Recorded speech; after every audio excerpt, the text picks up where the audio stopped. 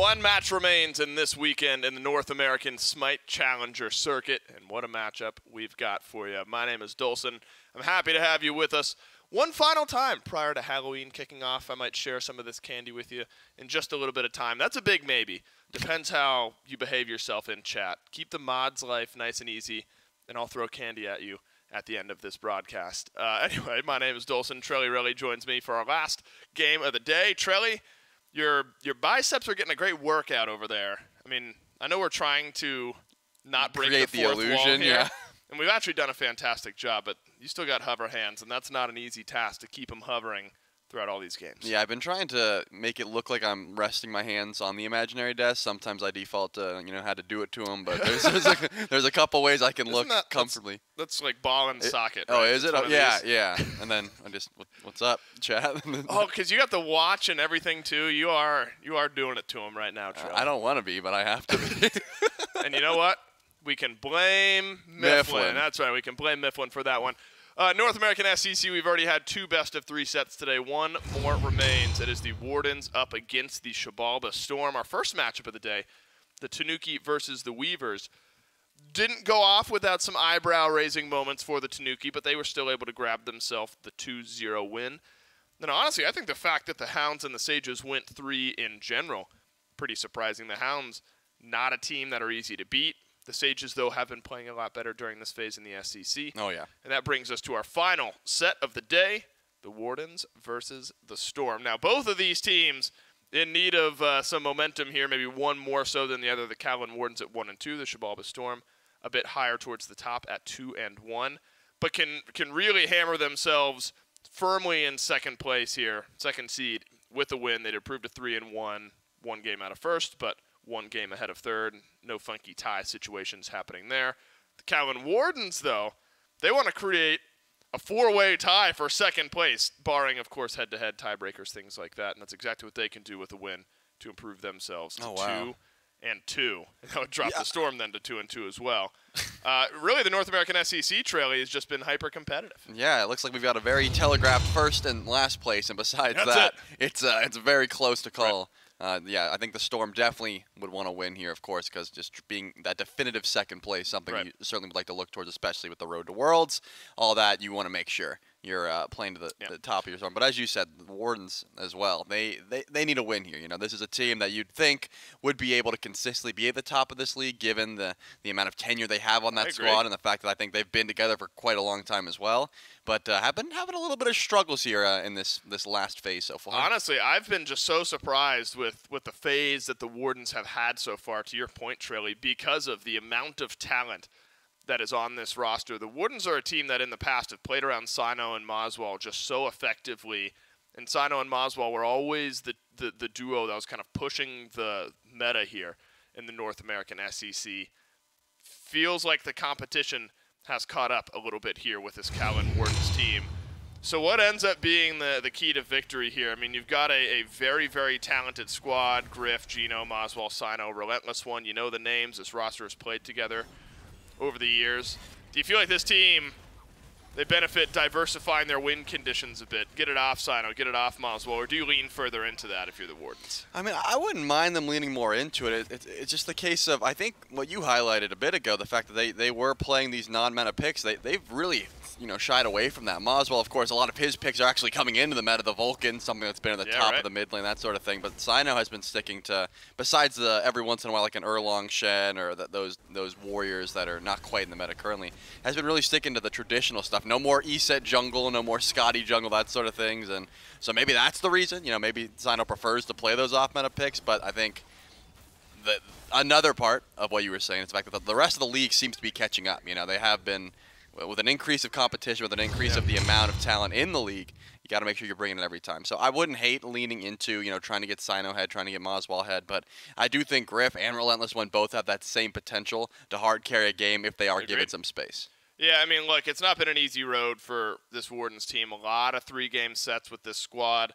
They got their win, the one win so far this phase against the Weavers last weekend when we saw them play. That one also went to 3.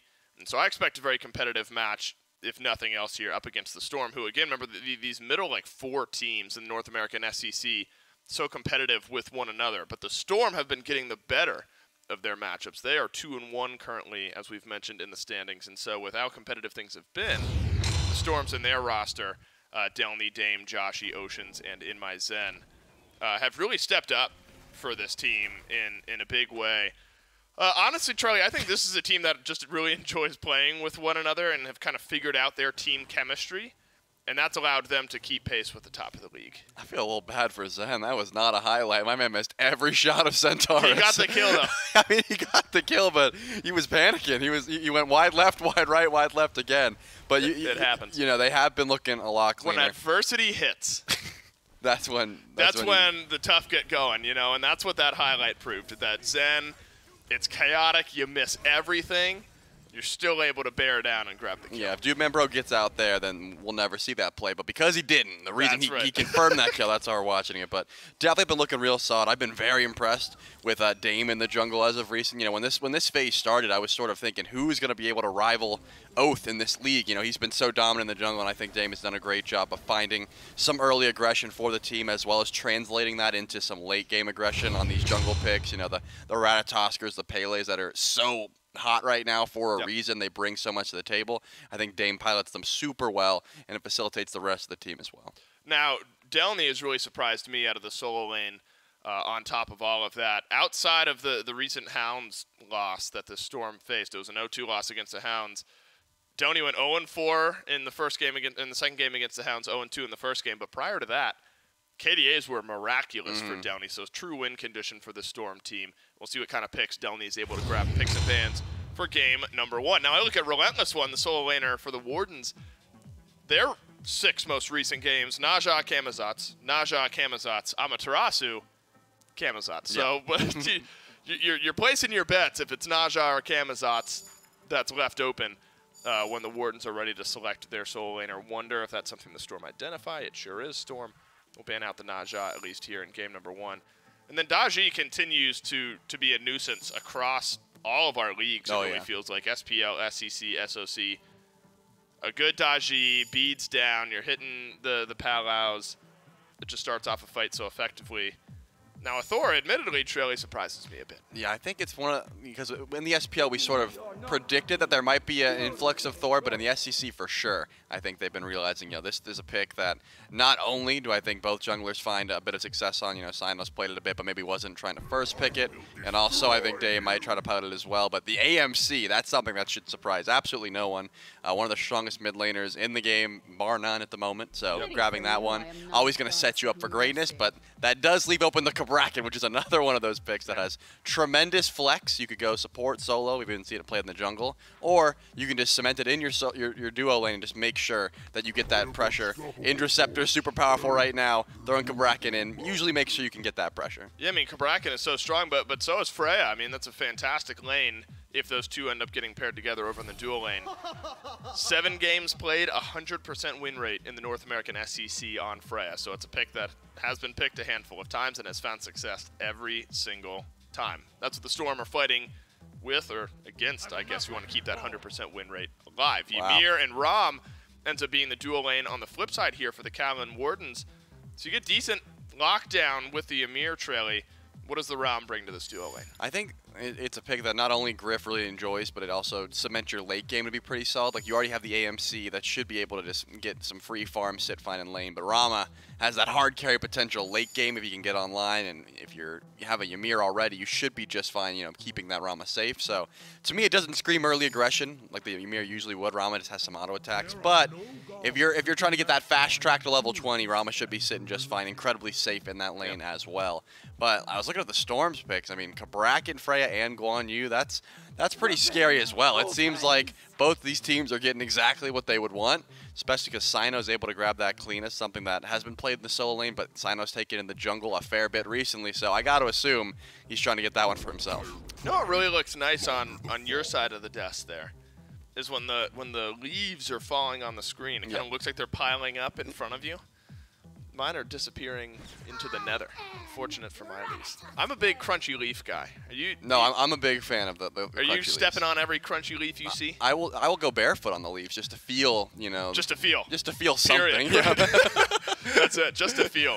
Walk barefoot on a nice crunchy leaf. Yep. To be fair, That seems pretty therapeutic to me. That sounds all right to me. I mean, some people like a hot beach. I like a nice crunchy leaf. A nice crunchy leaf. It's a time of year for it for sure, and it's the time for game number 1 to kick off between the Kaolin Wardens and the Xibalba Storm. Two teams whose wins would be just as impactful as one another as far as standings go. If you're Gino, hoping to avoid early damage heading your direction. Now, last couple of picks that ended up rolling through. A couple in the jungle here, Trelly. Ended up having a Ratatosker for Dame, and then a Kleena for Sino.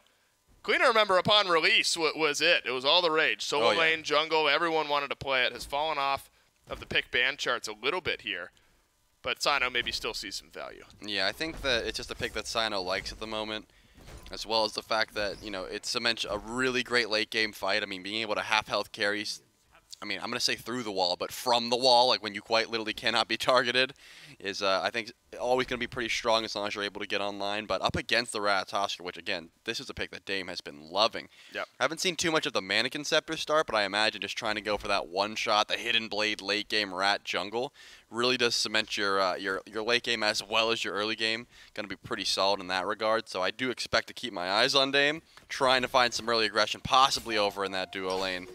But really just anywhere. Whenever you can get active, when you have Blink on this Rat, you're looking for anyone stepping up too far and immediately trying to get that Blink on cooldown. Yeah, I mean, look, Dame loves this pick. Not always an automatic win condition, getting it on your team. Went 2-6 in a loss against the Hounds. Granted, not a lot of people beating the Hounds. Now Gino, under a bit of damage pressure more than anything else against both Oceans and In My Zen. And then on the other game that we've seen Ratatosker recently, it was a 9-2-8 game up against the Anansi Weavers, and that was a win. Here's a 2v2 over in solo. Dame left a little low, but still able to scurry away just fine. And we've seen this build up a little bit more here recently, the 2v2s over in the solo lane. Dame's got to be careful. But luckily, speedy enough that he's going to be able to dash away. Now, level 5, we always talk about it. That's when both of these teams got to be mindful of the jungler. Dame, maybe more so. You get through the Cosmos, the sudden gank potential. Hits a really high swing there for Dame. But Sino as well, you get that big damaging ultimate at level 5 that can really flip the tables around as well. Yeah, I think Tearing the Veil will open up some gank opportunities if Sino's able to look over towards solo lane, just because both, I mean, Delny and Relentless went extremely weak for this early on, especially when those blue buffs are about to spawn back in. I was expecting some more aggression over on that side of the map, but it didn't seem like Dame wanted to try and dive the tower lane. And I kind of respect that one, because Relentless One does have a fair bit of CC with the axe, making sure, and the double leap. There's a ton of safety over on that side of the map, so not going to be the case. Both junglers now just going back over to mid for the time being. But, the level 5 power spike, certainly something that I expect to see both these teams be mindful of, especially over in this duo lane where it's such a long lane. If you get caught out over halfway up the lane and then, Dame or Sino makes that early rotation over, you're definitely either relicking or probably falling down at this point. Because both of these supports, I mean, Blink for Oceans, he's not going to have too much safety, but Gino does have that shell, so certainly could try and turn some of these fights, look for a bait opportunity, anything like that. But it looks like just a simple purple buff invade at the moment for Gino. Got to take a look at those relics. And it doesn't seem like Oceans has Hog, so this could be a possible fight, but not one to step up too far with a level down. Yeah, Gino tried at level 1 to invade the purple buff, but ended up backing away. Griff off to a really nice start here. Picks up his own purple buff, gets the 1 level advantage. So there's plenty of scaling, really, for both teams. I'm interested to see where these kind of 2 shred compositions end up going here, Trelly, because on one side you got a little more of the sustain, also initiation, thanks to Delny on the Guan Yu, but you still have the later game Freya, who's going to melt down targets, melt down objectives, Joshi as well, and the Kernanos. But then you kind of have this traditional double ADC that we've seen with Moswall. You got the Stinger and then Griff later on. So it really feels like both teams, as far as their carries go, should feel fine as this game goes on. That's aggressive roll forward from Griff, but maybe some of the reinitiation a bit lower. So pacing-wise, maybe neither team feeling super rushed to get off to a ridiculous early start. Yeah, if I'm looking at, I don't think I give an edge to either one of these comps, right? Freya from late definitely has that potential, but isn't able to build into the the crit style of build that we've seen some of these ADCs lean towards, especially ones like Rama that have the attack speed stim. Sino is going to make the rotation over and try and find Oceans. Doesn't have any survivability, but Griff, he might have to hit the snipes to confirm this one. Great wall, the snipes, one more needed, and one more not hit on the ice carpet, not there, but Griff crashes back down to earth, but here comes Dame on the re-initiation. This would just be painful for the Storm. 3 targets so low, but the damage simply not enough. Now Joshi, considering a rotation from mid, will not commit, and it is a clean first blood to the Kaolin Wardens. That was a clean first blood. I thought because those snipes were off the mark that maybe, just maybe, Oceans would be able to get out on that one. A shell would have been just enough as well. Starting with the blink, you know, you don't really have that much survivability, but it does say you're trying to get aggressive. So getting first blooded, especially on this Bracken where you do want to be, you know, the first one in these lanes trying to set up for your Freya, not going to be the best option. And of course, giving that kill over to Griff means Dev Gauntlet's going to be finished off on the first back. You're going to be stacking that up right away, trying to get as aggressive as possible. Actually, 3 of the Wardens so far already stacking up here. Sino with the Soul Eater, and then Moswell, of course, the Transcendence. That's going to be hitting very hard in that mid lane once it does get stacked up. But as I was saying earlier, I don't think I give an edge to either one of these squads just because late game, they both have so much damage. They've got plenty of setup with the tanky soul laners as well. It's really just going to be on who can protect their carries the longest. And because Griff's already off to a good start, you got to give the edge over to the Wardens. Yeah, you would think for now. Now, these two teams traditionally, you know, you think NA, you think like breakneck, ridiculous paced games. These two teams, you know, not unlike them to play a bit faster, but I don't know if I completely associate either the Wardens or the Storm with just caution to the wind, in your face from minute 5 onward type of gameplay. Feels like both have been okay with a bit slower, a bit more calculated, and potentially in the next few minutes or so around kind of that first rotation of objectives, Pyromancer, Gold Fury, things like that. You'll see teams get a bit more aggressive. Now, that's just kind of been the meta in Season 9 overall. When the game has slowed down, we've seen these stacking items really take priority. There's a Soul Eater in the jungle for Sino, Transcendence in mid for Moswell. Joshi's got the Devourer's Gauntlet, and Griff has got one as well. So that'll slow down the pace of the game when you're trying to hit a few of those power spikes a little bit quicker. And if you're Dame, you know, you get your ultimate online, you're hoping to find a simple target.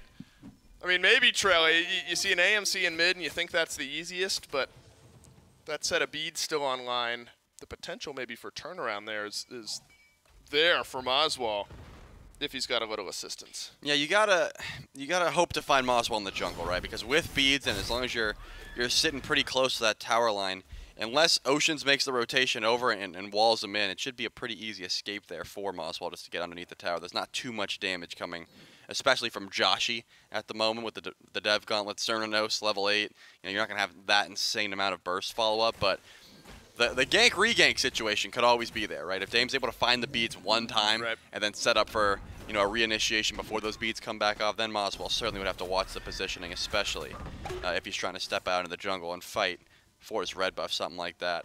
You do see that Zed is under a lot of fire over in this lane. Might have to turn this one. Goes up to the Valkyrie's discretion, but that might be all the aggression from the Wardens. They were just looking to force that out now. Total value. Yeah, could be open to a gank once we see if, you know, Dame does want to come over to this side and help him out, or if Sino wants to look aggressive to try and put Freya down while that ultimate's available. I mean, with this pace of game, you know, those are the types of advantages you kind of have to use to differentiate the teams a bit earlier on. That said, the Wardens have farmed very, very effectively. Yes, they have first blood bounty, but on top of that, they've farmed another 500 or so gold to the tune of 1,000 in the first 8 minutes, almost exactly. So far from world beating, you know, you're talking about a couple hundred gold across the board, but as far as splitting hairs earlier on in this matchup, that is the differentiator. Now, Griff could be going with an interesting build here, Trelly. Devourer's Gauntlet first, as we've talked about for not only Griff, but also Joshi in mid.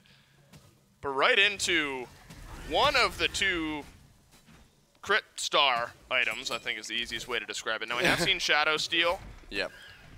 would you imagine that is the route that Griff goes? Yeah, that's what we've seen as of recent. It's been the Shadow Steel. Whenever you're up into any amount of healing, you're looking over and you see a Delany on the Guan Yu. That tells me that Griff is probably just going to go for that Shadow Steel. It did get a little bit of a buff, some extra power on there, so it's just more valuable in the Wind Demon, especially with the extra anti-heal you're getting from that item. So I think a lot of these ADCs are just like in the early stats on Shadow Steel. So I do imagine that's what Griff goes to, which should tell us there's going to be, trying to box into in my Zen.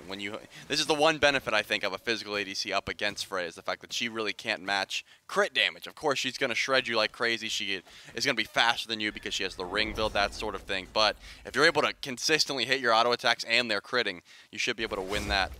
I would say most of the time, considering the fact that you can hit your snipes as well. Gotta hope that Griff is going to be on point in that regard, but either way, Zen playing this real smart with that Valkyrie's discretion down for the time being. Was like, I'm going to stay real far back. The second it comes up, then he starts going over to lane, and he's able to make it back to lane.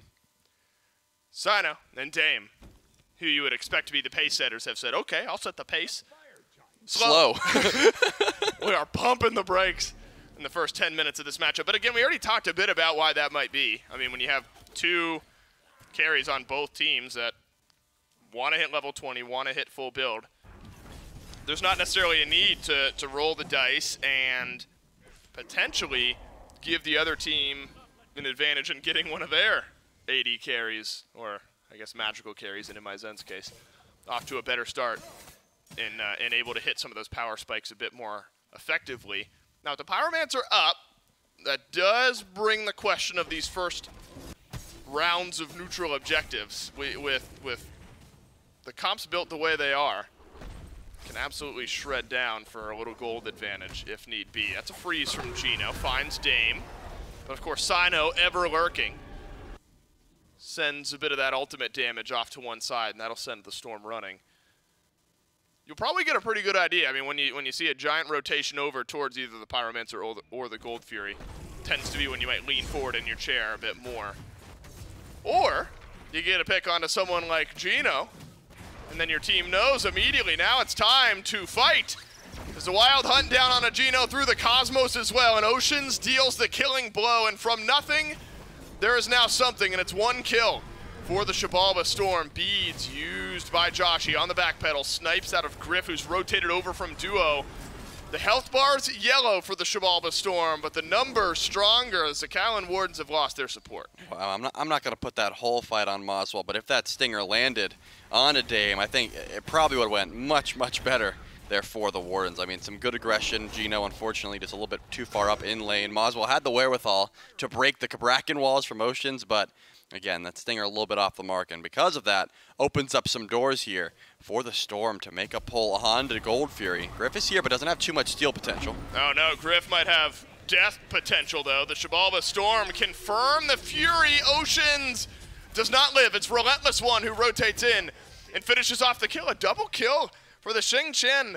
Yes, the Storm get themselves the Fury, but end up losing jungle and support in the meantime. In my Zen, no ultimate, no beads, no chance. Kaolin Wardens turn back 3. Yeah, they're able to push the gold lead back in their favor, about 1,000 at this point, and now the kills looking 4-2. That was big there from Relentless One. I think most solo laners might just go back over to solo lane and recognize Delany's over there, don't want to lose farm, but you got to get aggressive when you can and try and answer back.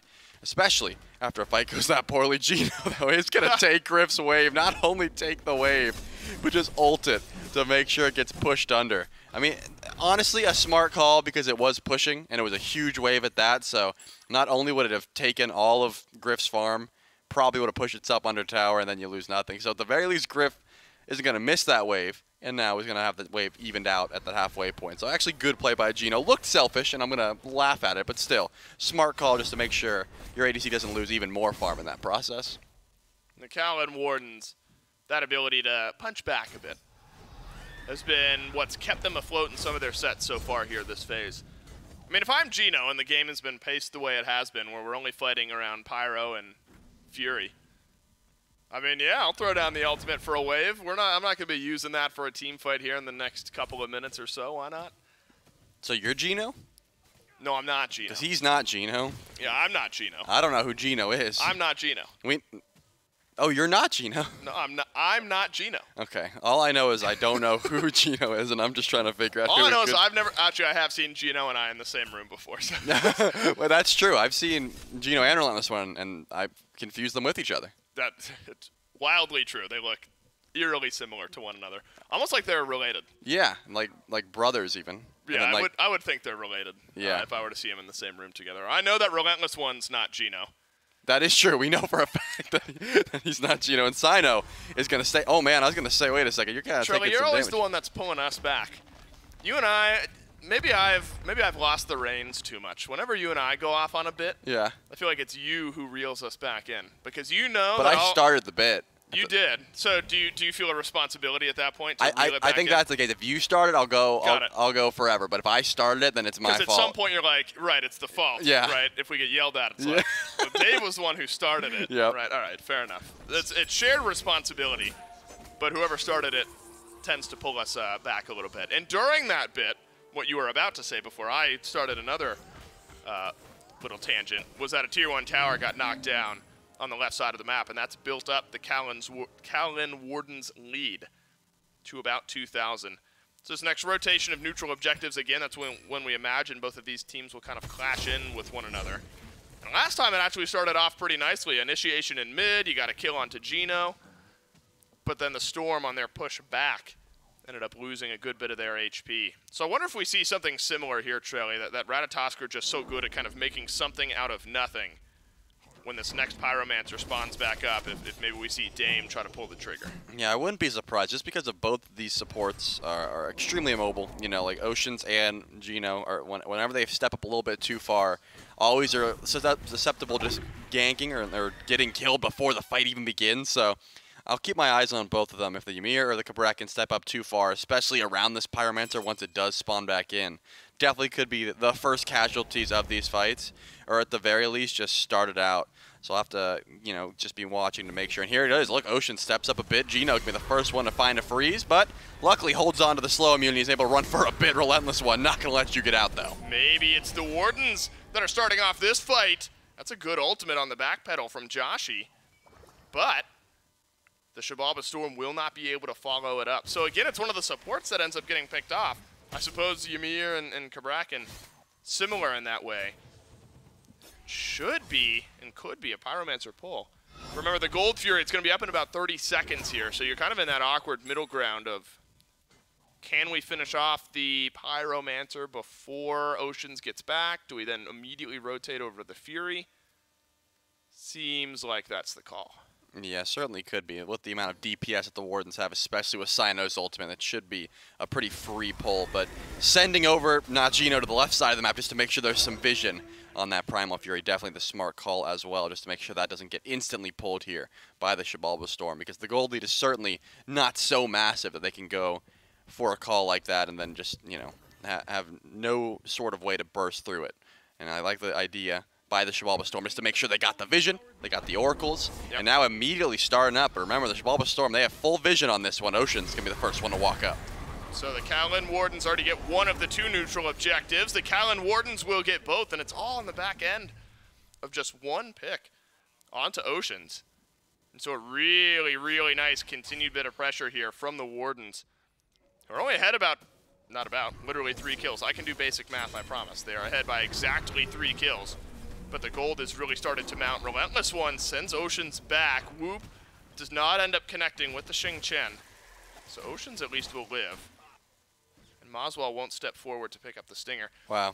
I am like ravenous to go get my Stinger back. I will be Dagus to get that Stinger. I am walking forward. I'm losing the wave for sure. Then I'm picking up the Stinger, which is probably why. That alone is why I'm not at any level of competitive. It's purely my Stinger play and nothing else.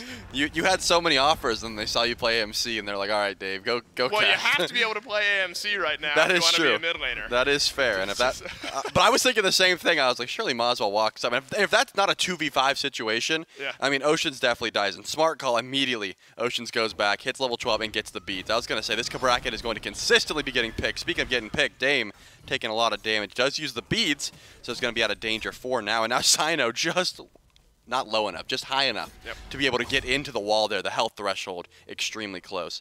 But yeah, Ocean's definitely needed the beads because he's been the first target from the Wardens pretty much every time. If this Bracken wants to stand at the forefront of the fight, he's going to be susceptible to that ultimate every time. Now Gino, though, stepped up a little bit too far. Gino baited himself. He threw up the wall, missed the freeze, and then just got locked in place by Oceans, and the kill handed over to Joshi. This is an important couple of minutes now, really 30 seconds or so, 45 with travel time, for the Xibalba Storm to maybe steal back some of this farm. You got a 4v5. You got all 5 members of your team over towards mid. Can you stay aggressive? Knock down a tier 1 tower. You might end up losing some of your team members. Relentless One dashes forward. Big roots out of the Xing Chen. Sino bursts forth from the wall. But Dame now can gap close. Won't need to. Double knockup. And the Ratatosker dashes on away. Snipes exchanged. Valkyrie's discretion down, and Griff delays. But Griff hits the final most important snipe. The Kaolin Wardens have traded back 1 for 1. But remember, they were a man down. That was a 4v5. And still able to find a kill. Yeah, I wanted to see what the Wardens would do after the fact. Does walk over a ward, though. It looks like trying to DPS down Fire Giant, or at least try and bait it. But here come Oceans and Zen, and Delny and Dame not too far off as well. But Gino is actually going to make the pull here. I imagine this is a bait. It's got to be a setup for a fight. And Gino's going to get knocked up by FG. Not a great way to start the bait. No. Gino's got Belt of Frenzy, though. Is it needed? Not for the kill. Onto Oceans, as Moswell has added that relatively easily. But this, remember, now a full rotation, a full staggering out of a death. But this time it's Oceans. I don't think that gives the Wardens much more confidence. No Pyromancer, no Fury up on the map. Maybe just grab yourself a little wave pressure. All things considered, I mean, the Storm had a really nice bounce back there after not much had gone their way for the last 5-10 minutes or so. Man, Trilly, the Wardens still flirting with this Fire Giant. Keeping my eyes on that Frenzy. It is going to go out now to the backliners, and the shred continues. And it is much faster than the Xibalba Storm were able to answer. All 5 members of the Wardens with FG, and a clean disengage. Yeah, I love the discipline there. I saw Gino take 1 step forward, then said, you know what, let's get out. You know, I'm level 13, we got the Fire Giant, no reason to step up and try and look for the fight after the fact. Just going to back up and actually look for the tier 1 over and right is the duo lane. While the rest of the Xibalba Storm sort of just split up, trying to grab some farm in the meantime. I mean, you lost FG at about 20 minutes or so. Probably the best call to just get as much gold as you can before, you know, these tier 2 towers start looking to be sieged. So I don't hate this from either squad at the moment, but XP-wise, definitely looking in favor of the Wardens. The gold lead climbed up to about 4K. So they've got the levels, they've got the itemization. I'm thinking you probably want to group up towards this Gold Fury, grab that, then look for this left side tier 2 tower, especially because the relics on the Warden side aren't looking too great. I mean, Sino's going to be without beads and Aegis for 45, and then 70 seconds on the beads. You want that Frenzy back up, and even Relentless One would love to have the teleport available as well. So play it as slow as possible until you're at full fighting strength, and then you can look towards trying to get even more gold in your pockets if you are the Kaolin Wardens. Very similar build up to this point between Sino and Moswell. Moswell's gone Titan's Bane, different stacking items to start, but mindset similar in the first handful. Talk about ability-based penetration. Of course, some auto attacks going to be assisting there as well, both with some anti-heal. Anti-heal, important for everyone, maybe, for the Kaolin Wardens here. Gino hasn't picked any up itemization-wise, but Divine Ruin even early on for Relentless One here, double Brawler, Shadow Steel for Griff. Really slowed down what Delny and some of the rest of the healing of the Xibalba Storm has been able to do. So a really nice spot now for the Kaolin Wardens. They'll add a Gold Fury, a couple thousand extra gold.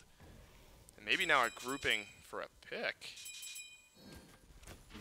Or potentially maybe a siege around this tier 2 tower, but the Xibalba Storm have to know exactly where the Wardens are. Yeah, it seemed to me like they, you know, because they don't have any Phantom Shell. I mean, the Xibalba Storm have not itemized into that relic. They don't have a shell. They have no way to get through the wall.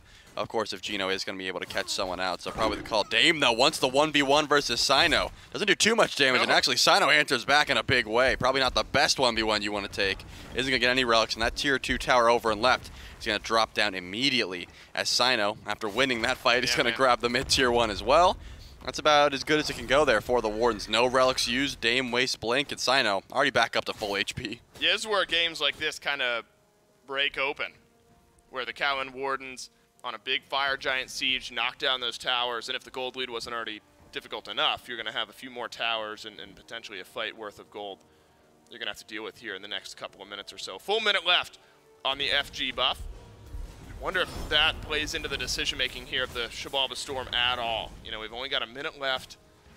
Let's not do too much here. We can try to delay out around this tier 2 tower, just prevent any type of Phoenix siege from happening. But Sino, ever obnoxious, hiding in that wall, has chunked out a decent amount of health from Joshi. Delny now steps forward, and that was the wrong decision.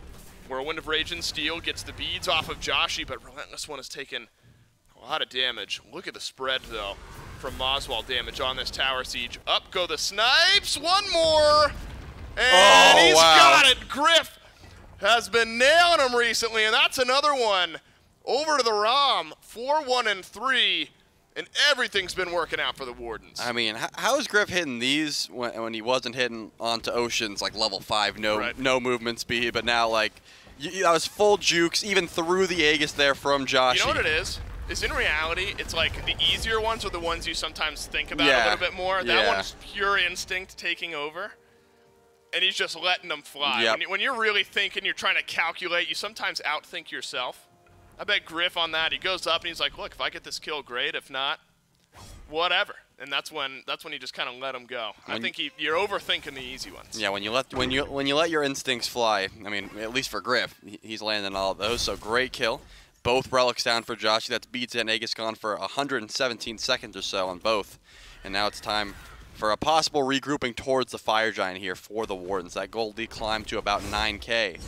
And they're able to just set up some more vision. They used absolutely nothing, by the way. Look at the relics. I mean, just nothing was used there from the Wardens. They were not too worried. There was never any real aggression there from the Storm. It was sort of a soft defense at that tier 2 tower. But now, just grouping up over on the right side of the map, making sure that these minion waves are pushed up, besides over and left. And then I imagine an immediate free pull onto this Fire Giant. Dame's the only one within reach, and probably not going to want to ult into 5 in this situation. A tier 2 tower, though, certainly could be the grouping here for the Xibalba Storm. And unless someone backs, that Phoenix could be in some trouble as well, I imagine. Instant fire pull into a retreat call, just to make sure you don't lose that left side bird. I'd imagine the same, unless... I mean, if you're the Kaolin Wardens... Yeah, okay, so it's the immediate retreat from the Xibalba Storm here. They're going to head back and try to defend up against the Kaolin Wardens. It was just enough pressure from Relentless One to force the rest of the Xibalba Storm back. The Kaolin Wardens kind of call them on, and they say, hey, we'll base race you if you want to. And the Xibalba Storm uninterested in that pursuit. Plenty of time now, 3.5 minutes on this Fire Giant. And you love this, if you're the Wardens. You have totally set the stage. There's not been really a line drawn in the sand from the Xibalba Storm. They fought back early, but around those objectives just never really had a chance. And this one kind of slowly got away from them. And we've reached critical mass now. Both of these carries, the AMC and the ROM. Very, very strong, very, very hard to kill, but might be able to say the same for a couple members of the Xibalba Storm. All it takes is one freeze. Donny loses half of his HP. Yeah, Relentless One looking a little too worse for wear at the same time. Probably wants to wait for that Fire Giant regen to start ticking up before the actual siege begins. But, I mean, Gino's got a couple 30 seconds or so on the Frenzy. With the double ADC comp like this, that Phoenix will go down as long as Griff is able to use those piercing auto attacks. But it looks like more so a bait for a fight. I mean, you can see Gino's been looking for Oceans in my Zen. Anyone to walk up, try and find a freeze before the fight begins. And I like this split here. Sino and Moswell going over to the right lane. And they should be able to grab this one as well, splitting up the attention of the Xibalba Storm. Yeah, I mean, if Sino and Moswell 1-2 punch Dame here, Dame won't stand much of a chance. Though I wonder, I mean, the Wardens are so strong as 5. Could you just force down one of these objectives? I mean, depends on the wave clear, I suppose. The Xibalba Storm can keep the Kaolin Wardens at bay. Relentless One. Thanks, Gino, for the Phantom Shell. Sends out Whirlwind of Rage and Steel just in case, and that's actually a decent win there for the Xibalba Storm. And a little bit of headway has been made over here on the right side. Phoenix down beneath half HP, thanks to Moswell and Sino. Sino now hovering towards mid. This is where you got to kind of be careful. You don't know where the Kleena is. Could be hanging out in the wall. Could be a sudden initiation. Minute and a half or so left on this Fire Giant buff, though, Trelly, and only one of the Phoenixes is taking amount of damage. Yeah, I got to imagine the siege on the right side is what the Wardens would like to continue. Oceans is going to try to get aggressive here. Using the ultimate is Joshy. Now Relentless One could be in trouble. Relentless One up and attempting to dash away through the Cosmos. Where will it go? It's on to Sino, and Sino melting through Dame wins the 1v1. Now at the end of this game, it's a 5 versus 4, though Sino very low on HP, has a bit of sustain. If he's able to clear those waves, the right side Phoenix, hesitation from the Storm on defense, and just like that, the Kaolin Wardens have knocked down the right side Phoenix, and looks like mid as well, and Sino was able to get what he came for. Yeah, Sino winning that 1v1 as well as staying up as healthy as he was to make sure that mid bird goes down is exactly what the Wardens were looking for. That left side Phoenix is still very far away. I mean, the wave is so pushed up, but you got 40 seconds left on this FG, and at the very least, you're going to grab that Oni Fury. So the Wardens have set themselves up real nicely for a pretty easy Titan siege once that enhanced Fire Giant spawns in here in about a minute 30. Probably time to finish up the last of these builds. All of the starter items are about to be upgraded once Griff finally goes into either the Embrace, the Temper, or could just sell it for Deathbringer at this point. I mean, there's plenty of ways this Rama build can go because the Shred's are already there with the Silver Branch. You got the XE and the Kins, but a little bit of crit. I imagine, though, Griff probably just wants to go into the Death's Temper, get some more Silver Branch procs, and continue farming on this Rama like he's been doing. Maswal, though, topping the damage charts has been so annoying. It's hard to stand underneath the Phoenix when the Honey it's not doing too much damage, but the beats are constantly annoying you. You're getting slowed, and you don't want to sit there forever because you are taking a ton of damage in the process. So it's just an annoying situation to be in here for the Storm. Nice. I do like the grouping that they've got. To be in? Yeah, I wasn't going for it, but I appreciate you finding it for me. Hammered it home there, Trelly. Yep, and that's why our 1-2 punch is so solid. Right. Like much like Maswal and Sino, our 1-2 punch can't be beat. Can't be beat, not at least in this game. Because it's hard to think, and we'll break this down in what I assume will be the post game here in the next couple of minutes. Hard to break down exactly where this game went wrong for the Storm. There wasn't sort of one break open moment. The Wardens were just able to play more effectively around a lot of their early composition. The individual picks here or there, I guess, really started to mount up. And the gold lead has made all the difference in the world. So Fire Giant in 10 seconds. This one going to be enhanced. Luckily for the Storm, it's mid and right Phoenix. You can kind of deal with these fire minions a bit more effectively, but waves starting to mount up on right. No, the Xibalba Storm, they're trying to fight. Oceans has a few grouped up here. But Maswal simply hasn't taken enough damage. The Aegis carrying a lot of weight. Let's see how Gino does on these snipes. 1 and 2 are good, but that slows down Joshy for the double freeze from Gino. Sino executes his target. Maswal rotates through and adds some damage into Oceans, but it's Griff who finishes off the kill. The Xibalba Storm, they have to disengage here. You need to keep these 3 members alive if you want a chance, and even then, I'm not sure there's much of one. Delny, he'll shred as well. A double kill for Griff. And by all accounts, it'll be a game 1 win here for the Kaolin Wardens. Yeah, great fight there from the Wardens. I don't even hate the call from the Xibalba Storm to try and fight before that Fire Giant wave comes in, but so much damage coming from Sino, the rest of the Wardens. That Titan is going to be burned down so quickly. And as you said, I mean, mid and right Phoenix, not the worst to try and defend there from the fire minions, but I think the Xibalba Storm were a bit tired of playing the defense game. They wanted to get aggressive. They thought there was a bit of an opening. Oceans blinks in. And I saw Joshy just go way too far. And you could tell Joshy was like, we're either killing them or we are losing the game. So I'm going to be frontlining on this Cernados. Was not able to shred through those targets. The relics were clean by the Wardens as well. And that's about as easy as a fight as they come. I mean, that is about as standard of a SMITE game as you get from the Kaolin Wardens as well. I mean, it's a slower early game. Then immediately on the respawn timers from those neutral objectives, you look for a pick, you look for a fight, you win those, you get those objectives, your gold lead builds up. Next thing you know, you're sieging Phoenixes with a massive gold lead. And the Kaolin Wardens, they make it work here in game number 1. Can the Xibalba Storm bounce back? That's the question. You'll have to wait, though, right after this break, game number 2.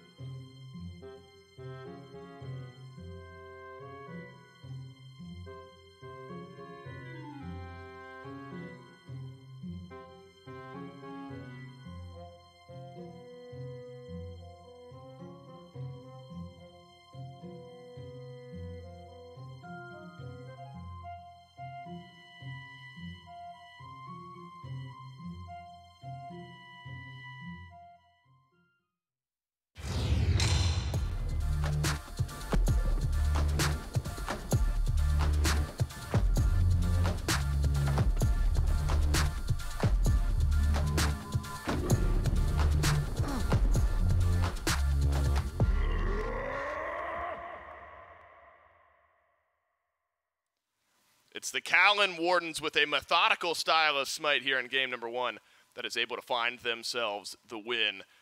There was some pushback, as we like to say, from the Xibalba Storm a bit later on in the game. I mean, even early, Killer 2 traded out here and there, but ultimately the objective control, the neutral farm, and just the scaling was there for the Kaolin Wardens here in game 1. Such an effective composition. And really, Trelly, it's a composition that's tried and true. Yep. Double Guardian, double Hunter, Assassin in the jungle, protect your hunters, and you'll shred those targets. Yeah, it seems to be that this AMC is still extremely powerful in the mid lane. I mean, Moswell wasn't getting the flashy kills. That was Griff on the ROM with the snipes, but was certainly shredding through these targets and top of the damage charts as you would expect from an AMC. And I think all started from, level 5. That's when you found this first blood onto Oceans. You get that kill on the Griff, and it just puts In My Zen in a rough spot in the duo lane when you're going up against a Rama who finishes Dev Gauntlet so early on, gets those early stacks, as well as just has some pressure in that lane. I think Griff was able to essentially free farm the rest of the game away. Found a death, but still was constantly confirming some of these kills. And off the back of the team, I think Gino and Relentless One created a lot of space here for the Wardens to be able to, facilitate this double Hunter composition. Yeah, like goodbye Oceans, right? I mean, Oceans is already half HP there, but really shows you how quickly this Kaolin Wardens team was able to do damage. And, I kind of referenced it towards the end of game number 1 there, Trelly. It was sort of hard to exactly find the moment in that game where things went sideways for the Xibalba Storm, because it felt sort of methodical from the Kaolin Wardens. It was a quick, scrappy team fight, a pick or two right before the Pyromancer spawns, and then the Wardens were able to kind of sweep the map of those objectives. It felt like the Storm didn't have this just one big moment where the game got away from them, but it was a large build-up, and the Wardens able to simply outscale. And that's probably a frustrating style of game to lose, where you feel like, all right, if I just didn't get picked here in mid, suddenly 2,000 gold on the map doesn't swing in their favor. Do you get a similar read on that game, where there wasn't kind of one massive swing for the Storm, and it was more of a long build-up, a pick here or there that ended up resulting in the neutral objectives? Yeah, it definitely seemed like the tides were in the Wardens' favor, and it wasn't just one big, avalanche of farm that went their way, but it was a gradual thing. And in a situation like that, the Xibalba Storm have to be thinking, okay, we played our brand of SMITE. It was good. At the very least, maybe take away like the AMC, for example, from Moswell. Besides that, I don't imagine changing up the draft too much is on their mind. Just playing maybe a more aggressive brand of SMITE, or at the very least, not getting picked so much in the early. Like the one pick was all it really was. So maybe playing a bit safer until they get their power spikes online. Oh, and that's when the debate arises. All right, do we totally change our draft strategy? Do we stick with the same, try to play it a bit differently? We'll find out here. And P's and B's for game number 2. The Wardens find themselves in second pick. That means the Xibalba Storm will get their pick of the litter on the first rotation through. There hasn't been overwhelming ban presence for either of these two teams across the phase. Really, Guan Yu on either end. Delny was able to get that pick in game 1. Didn't ultimately make the difference for the Xibalba Storm. 77% banned out against the Wardens, 62% against the Storm. And so everyone else kind of pick your poison depending on the way that the drafts are going. Vulcan, of course, always going to be a strong ban against Moswell while in meta, and sometimes even while Vulcan is out of meta, as you pointed out earlier on, Trelly. So that one makes some sense. And then the Neath as well also takes a temple. So there's a lot of good power still remaining. Yamoja constantly finding herself somewhere in the mix as far as picks and bans go, hovering just over 90% here. So a couple games where you're not seeing Yamoja picked or banned. But no surprise, Trelly continues to be in the right hands, one of the best picks you can get. Yeah, no doubt. Whenever you're able to first pick that Yamoja, I imagine most of these support players are going to be able to grab that one, especially because the Wardens decided to ban away that AMC. They're not first pick this time, so they didn't want to risk that falling into the hands of the Storm, so I like the call. But grabbing Guan Yu and Kabrakan is certainly going to be a pretty solid look there. It did just lose as we watch, but maybe in the Warden's hands, that's what they're trying to look for, get some more aggression. With AMC being unavailable, you'd think, you either need some great shred or the double ADC comp not going to work as effectively. But if you're going to grab that Freya again for In My Zen, they are going to grab that one, the CERN and the Freya. The difference maker here is just going to be the Yamoja. That's all they wanted to change up for this one. 88% win rate just doesn't look as good as 100%. That's just visually unappealing to the eye. But Joshi a chance to bring that back up closer to 90% with a win here in game number 2. So you're going, to your point, Trelly, such a similar style of draft. I actually really liked what I saw from Joshi out of the mid lane. Those ultimates on the CERN were connecting, just didn't have the follow-up. Now maybe you add in that Umoja, and you're starting to look at a totally different team fight compared to what some of your setup was in game number 1. So I don't mind the change here. Now the Wardens have changed up their draft a good bit here, and that's just what Hunbats does. Instead of the Kleina, you've got this big circular Fear No Evil. It's going to be sending opponents everywhere, and so more initiation maybe from Sino.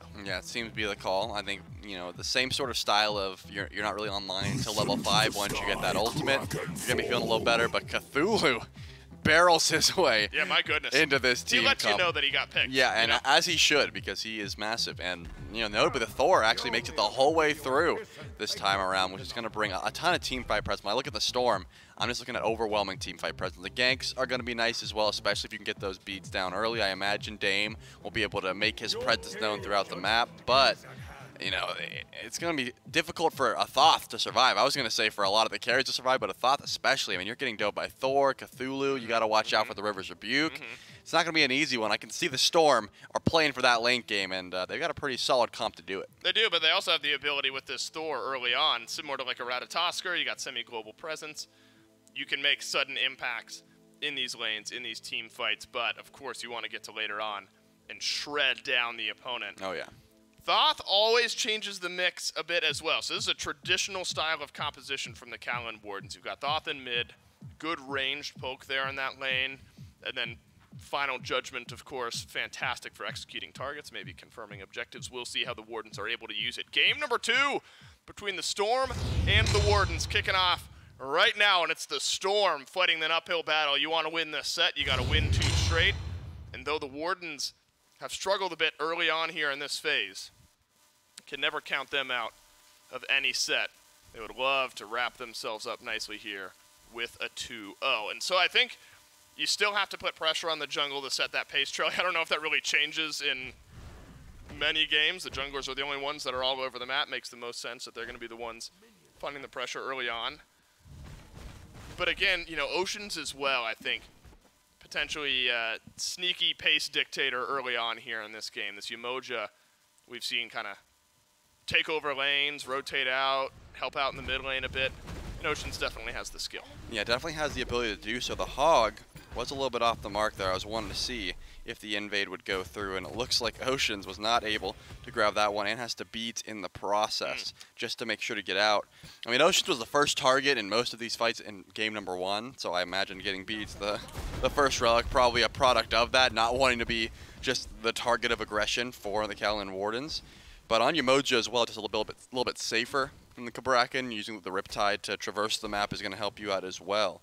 But losing your beats this early on shouldn't be too much of an issue as long as you're able to hold on to your Omi, you know, manage it quite well and use those Riptides to get away, especially if there's going to be a gank coming over to this duo lane early on. But I do expect to see some more early aggression just by way of how this comp goes. Whoa. Good double tap there by Dame. Not going to be enough to kill Relentless One, but certainly put him in low HP threshold for the time being. Yeah, look, I mean, early on in the laning phase, anything you can do to kind of tilt the scales of health potions, sustain, anything like that is going to be helpful. Relentless One has no more potions, just has to use the sustain in kit in order to stay in that lane a little bit longer. Of course, has teleport, and so that lessens the impact a little bit. But of course, something you've got to look out for. Dame, of course, with the hammer teleport is going to get out of that one safely, but we see that trap fallen into by junglers so many times where you rotate out of solo lane a bit ahead of the opposing jungler and you just walk too close to the enemy mid laner and they're tier 1, and next thing you know, you're getting jumped on, but out to safety goes Dame. Nice early whoop from Zen. So Gino is low here. This is an awkward lane now for the Kaolin Wardens. And of course, Umoja, you know, Charlie, we talked plenty about the lockdown and the initiation that this pick has, but that sustain is super powerful throughout the laning phase, throughout the team fight phase, and so anti-heal may be necessary for the Kaolin Wardens. Yeah, definitely something they should try and prioritize probably as early as possible, but I think, you know, Hou-Yi, not the best clear. Gino can't really step up to the wave and actually activate Tremors to try and help with wave clear as well, so more wave clear definitely going in favor of the Wardens, as Griff has just been forced to leap defensively so many times now.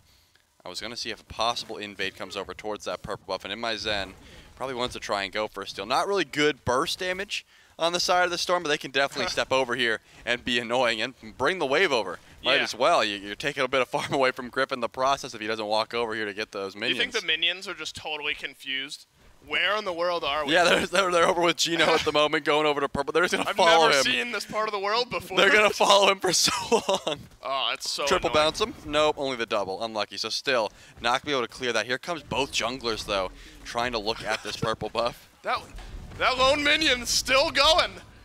He's hanging in. He's still there. He's seen the world and doesn't want to. Oh no! He saw it all. He got a glimpse of the outside. Got a glimpse of the purple buff, and that'll be his final vision, I suppose, as the tower takes him out. But does speak, jokes aside, to the pressure that the Storm have had here, where they have looked towards these purple buffs time and time again. That is a great wall from Dame. Shell needed. Shell helps Gino out. It's just that bit of shielding was the difference, and the health bar remains unchanged. And MIZ with a nice whoop on the Griff kind of delayed out the initiation, potentially the up and over from the Kaolin Wardens Hunter. Like what I've seen, I mean, look, any amount of pressure you can get here if you're the Storm, keep Griff and Gino a bit slowed down is a really nice start.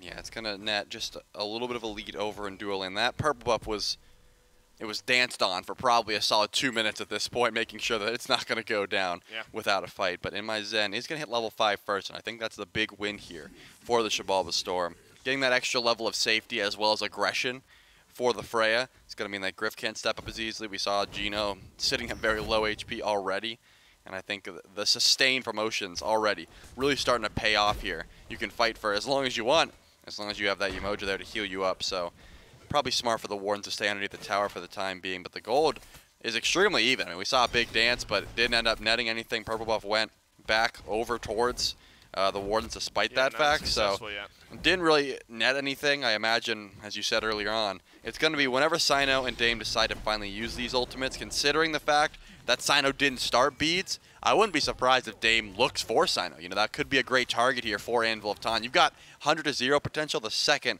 you finish that first item, especially if it's going to be Crusher. That's going to be a ton of extra DPS there for Thor, helping out with the combo. Going to proc on all 4 of his abilities now because of the buff to wall, so I do expect to see Dame get active essentially right now, whenever he can try and find someone with that Anvil of Dawn. Do have to be careful, though. As long as Moswell is somewhere within range, this Thoth, with Final Judgment, so much ranged poke, can immediately flip fights around. I imagine that both Dame and Joshi well aware of that type of matchup. I'm trying to think. I've been scratching my brain. I'm sure it was probably literally this last week. But it's crazy that I have to think about the last time we've seen like a Mage v Mage matchup. It's been a lot of AMC, a lot of Cernanos. I mean, SPL, we've still got a good bit of Morgan. It's the Morgan and Vulcan. And the Morgan's good because she can turn into not a mage. Right, she can turn into one of the other hunters or the Vulcan that's on the enemy team, I guess. Yeah, I mean, Thoth, it's such an interesting conversation. Where for a while, was that earlier this year in Season 9, early Season 9, where Thoth was also very, very strong? We saw a lot of it. Pre-9-5, flat pen galore, Thoth was running the meta. Right. And then after that, has not seen much. But I imagine Moswell just saw the Book of Thoth buffs and was like, well, Thoth's good with flat pen, Book of Thoth has flat pen, and now I get to read his book as I build him. So that's probably the call here. Moswell did go into that Book of Thoth. Right, makes sense. Once it gets stacked up, you got to get like an extra buff just for having Thoth on Thoth.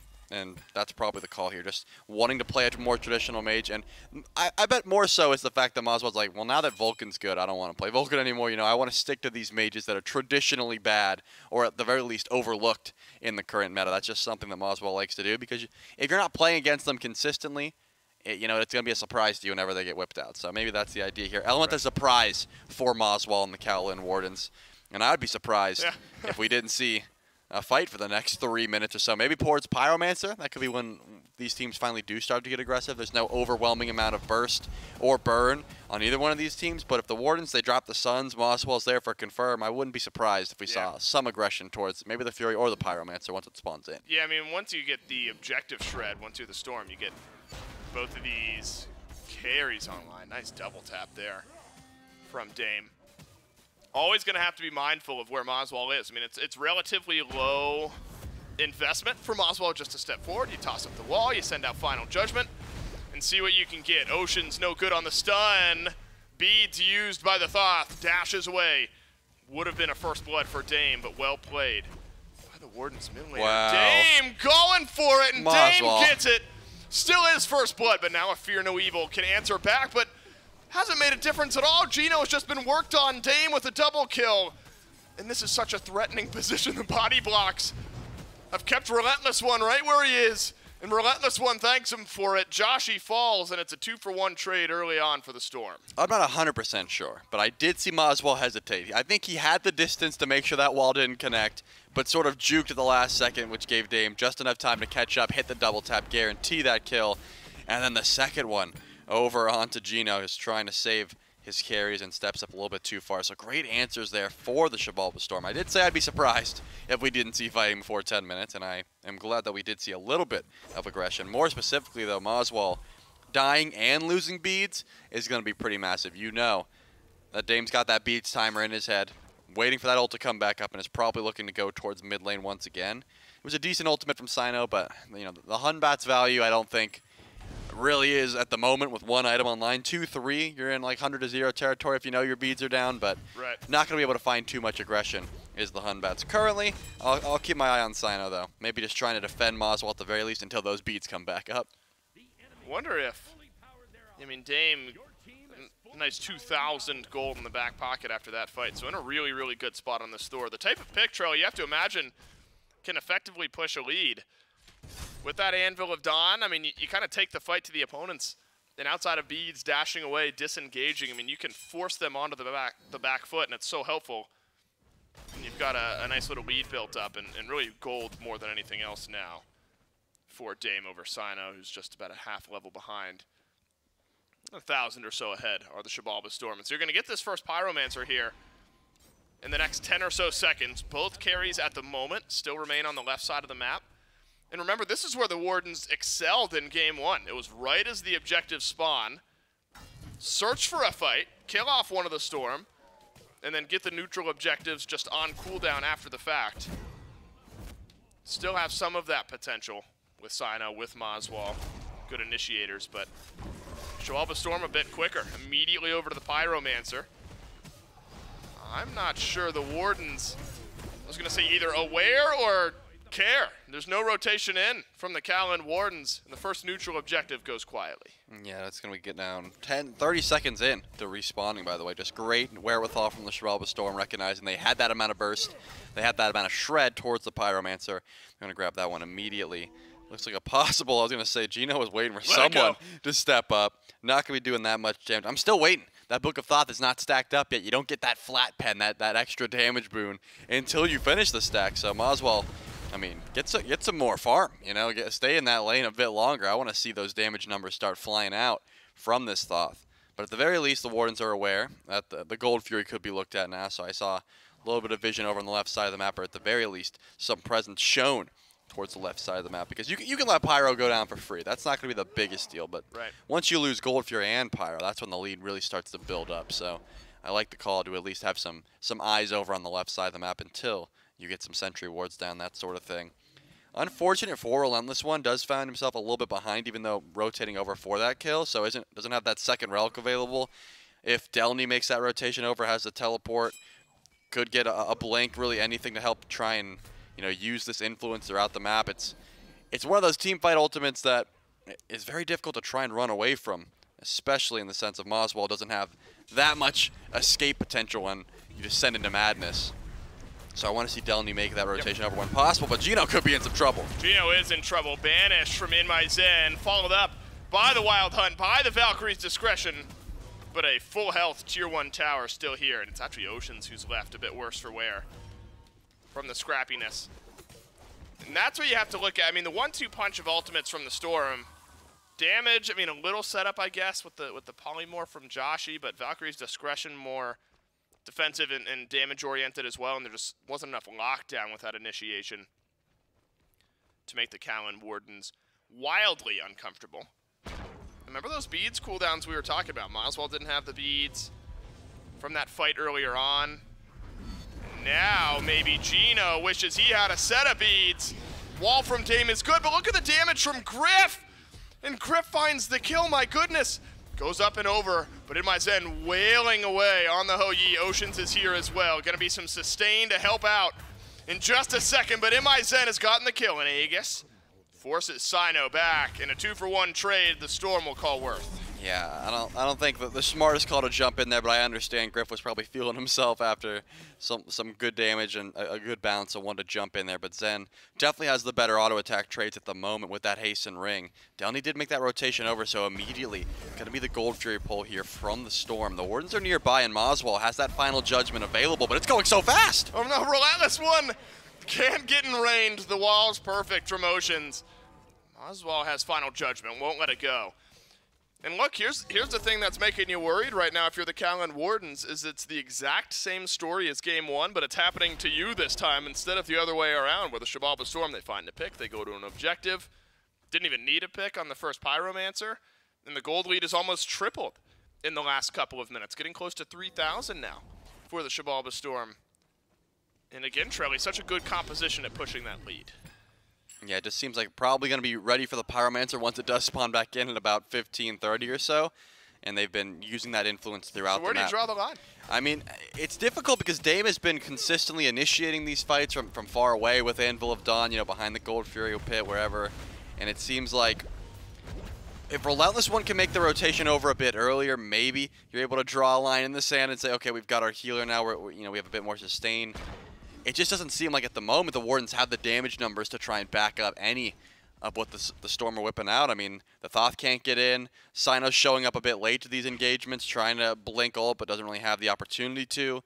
We saw Relentless One wanted to get active with the cavalry charge, but was walled off from the River's Rebuke and just rode the horse away. It was a little bit too little too late there. So I think that the biggest issue is that Griff does not have kins. If you get kin size online, you can shred the level 15 Cthulhu, maybe, but at the moment you just can't. So probably smart until the Griff is able to shred through these tanks. I don't imagine they want to step up to anything. Maybe go for steal attempts on the Pyromancer, but I don't imagine you're initiating a fight anytime soon. Good poke from Moswell onto Joshi, but simple enough for Joshi to dash away. And actually the tower will send a bit more damage back to Gino, as Cernino's mobile enough to just get out of harm's way. Pyromancer is about to pop back up. Kaolin Wardens know they had maybe a momentary advantage, but don't immediately send themselves over towards right.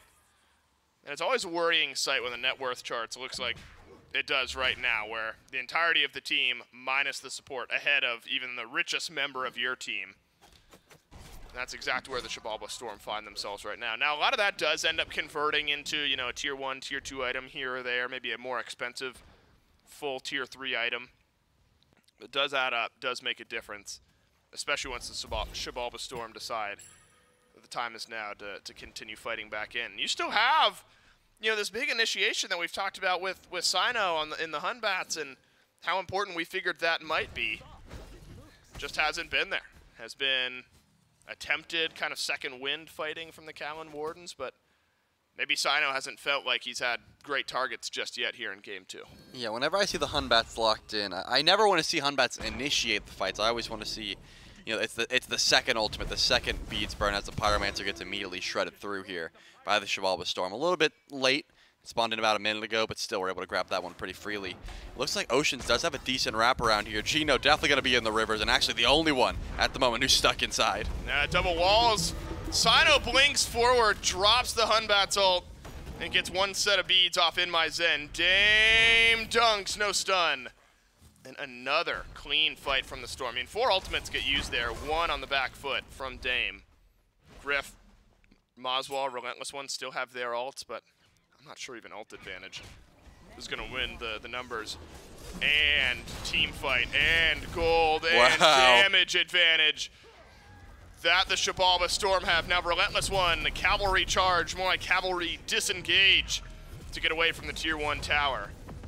Suppose luckily for the Wardens, healthy enough that they're not going to siege up the tier 1. Instead, the Xibalba Storm set up a wall of defense, and Dame and Delny separate the Wardens from this Fire Giant because the Storm have picked it up, and the Storm will put it down. Xibalba Storm at 17.5 minutes have picked up FG, and a massive lead now amounts. It's just so difficult. I've been watching Sino consistently in these fights because we've been expecting the Fear No Evils to really make an impact.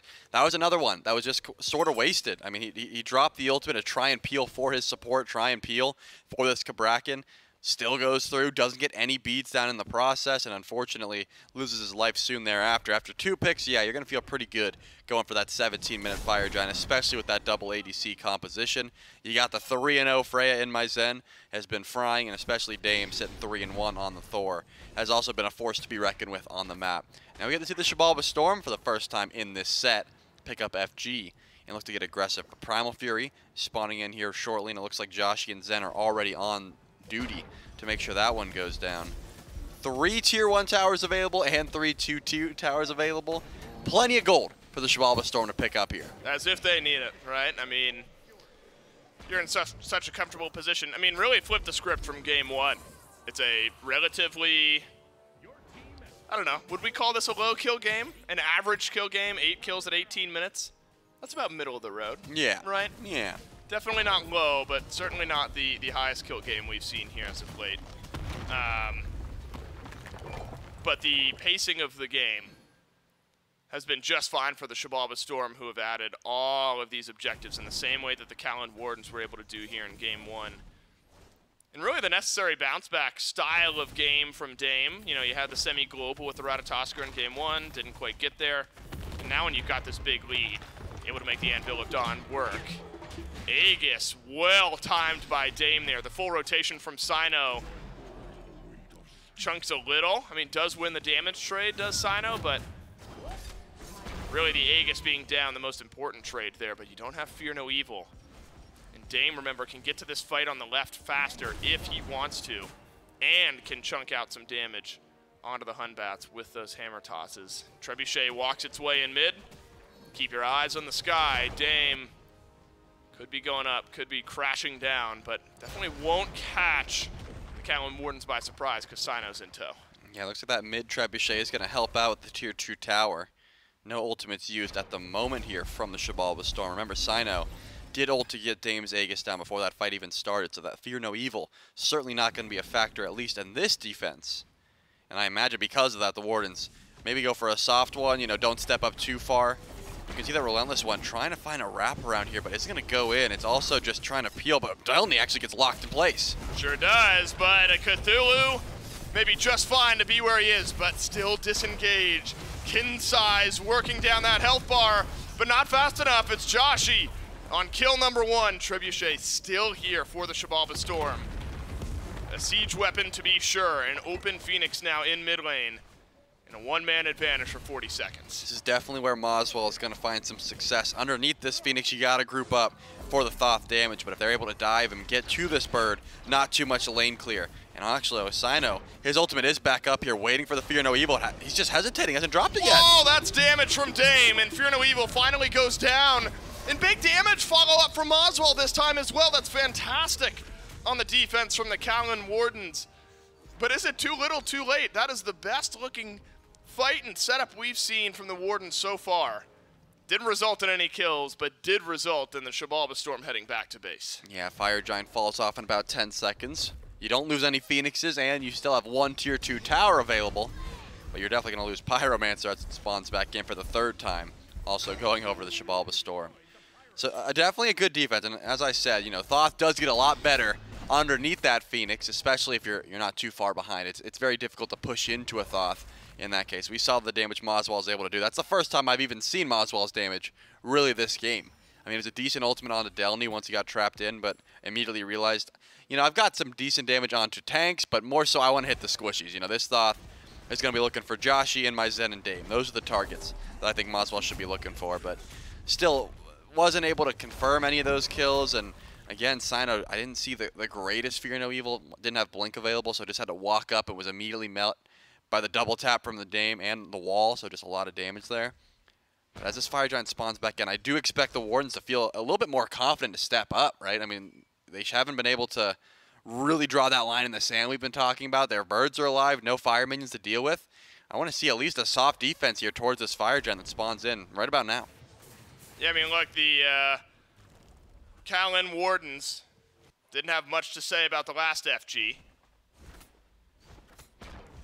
I mean, I don't know. This is maybe the closest the Gold is going to get for the rest of the game. If you don't step up for this, you're only at the 22-minute mark. Are pretty far behind, but now it's that close game of chess, right? I mean, all three of your Phoenixes are up. Still all the towers on the right side of the map. As far as map state, gold differential, all of that goes, Trelly.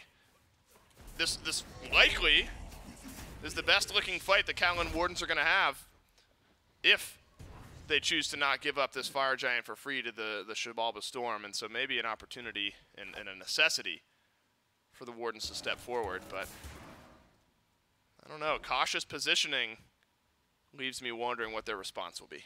Yeah, they are around. Relentless One and Gino standing here, at least showing some vision towards the Fire Giant. I got to imagine Ocean is just looking for the rivers, right? If you can find the rivers, you got some pretty decent setup here, especially because once again, I mean, you only have one Phantom Shell. Gino, if you get wasted early on, you could just reset and try to go for another fight. But Xibalba Storm are playing this one a little slow. Sino loses the Mad Dice bubble because of a nice timed wall there from Dame. And that could be the opening. Maybe just a little bit of extra poke on a Sino, a little bit of extra damage toward this objective, anything to really open up this fight. But remember, it's only 24 minutes in. It's not at the point where you can just kill 3 and end the game. Finally, though, Zen wailing away on this Fire Giant. Down to half HP. And we were right, the Kaolin Wardens, they want to fight back in. The up-down from Dame does not get a stun on Sino, but the beads are gone. A dash through from Delny, that's on to 4. Sino dashes forward, is actually winning the trade with Dame, who has got to backpedal away, but Gino burnt through by the Storm, and the Kaolin Wardens got to pick and choose when they step forward, because though they are 5, all of them down to half HP, and the Xibalba Storm feeling much more comfortable with their health bars. Yeah, no ultimates available. Dame does get up down by Sino, forced into the beads. This Fire Giant is pulled by the Xibalba Storm. Someone from the Wardens is going to have to step up here. Not any good burst, and I was going to say, not great confirm either on the side of the Storm, so probably smart there to back up and just full retreat. You still have plenty of burn here from In My Zen and Joshi, so it looks like Delny will go for the repull, but no ultimates up from either squad. This is just going to be a bloodbath. It is. Ocean's low. Watch out for the stuns from Relentless One. Never mind. I thought that was the moment the Wardens wanted to really initiate here. No teleport for either of these solo laners, so if either choose to go back and reset, just going to have to walk back into the team fight. Kaolin Wardens had a momentary 5v2 around this FG, but this is maybe what the Xibalba Storm are looking for. Look, Griff has gone over towards left to deal with that massive wave that's built up around the Phoenix. Could be an insta-pull for the Xibalba Storm. Yeah, definitely could be. I'm taking a look at these relics, though, and I would say the Storm are looking a little bit worse for wear. I mean, Wardens are still holding on to a ton. Moswell, untouched at the moment, has Aegis and beads available. Because Griff's over on that side of the map, Xibalba Storm should feel pretty confident going for the pull, but Sino's going in here. Sino drops Fear No Evil. This one a bit lackluster as well. Haven't seen the big one just yet. A decent one underneath the mid lane Phoenix. But Moswell was the one following up on a lot of that damage. You need this Thoth, top damage in the game, to continue to work down some of the targets, some of the health bars. But remember, Oceans with that sustain helps out so heavily around this FG. Ultimates ready to go for everyone but Oceans. Sino does not have his either, so Fear No Evil missing. Dame with Anvil of Dawn can drop into the back line with ease. Sino, no beads, but Sino goes back in, now chasing down one. In fact, Sino left running. Dame has found Moswell in the back line, and Dame will delete Moswell in the back line. Double stun, big hammer toss, big plays, and a win in game 2 for the Xibalba Storm. I mean, I said this isn't a part of the game where you could wipe 3 and end, but you can wipe 4, and you certainly got a good chance at it. Sino, the only one to make it out of that fight, and it looks like the Storm, they don't care about Fire Giant. They're going to march down mid lane. They've got minions, and Fear No Evil's not going to be up in time for this one. He might get one chance to go for the wipe, but there's no way Sino's got the damage to stop this. He's just running to try and clear the minions out. Gino's up in 8 seconds. The best you can do is try and stall this one. That's right. Titan worked on. The Fear No Evil, the best it's been all game long. But this one I don't think impactful enough. Sino does get a kill onto Oceans, but the damage dealer's still alive. You might actually drop a few more kills. But ultimately, it's Zen with a double and the Xibalba Storm with a win here in game number 2 to send us on to our second game 3 of the day here in the North American SEC. Trelly, it's been 2 very similar games, very similar pacing, but 2 different winners, as now the Xibalba Storm able to answer back with almost the exact same type of game that the Wardens had in game 1. Yeah, it seemed to me picks and bans were definitely the decision maker here. I mean, letting Dame get Thor turned out to be not the best idea because he had a hell of a performance, as well as taking that AMC away from Moswell. That's right. 2 highlights. We'll have to see what happens in game number 3. Picks and bans certainly on my mind. A big fight now between the Wardens and the Xibalba Storm. The North American SEC goes 3. Yet again, more SMITE action right after this break.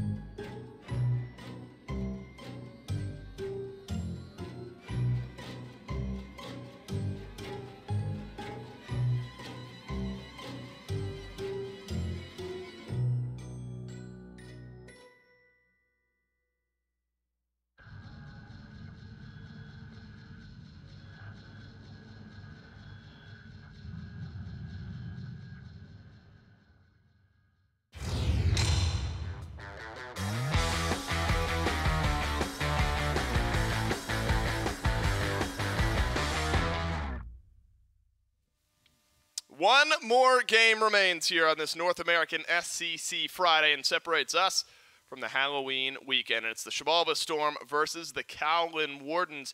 And this time it's an answer back from the Wardens, or from the Storm rather, to the Wardens in game number 1 that brings us here. And as Charlie and I talked about on the cast, it's a very similar style of game. It's very objective-minded.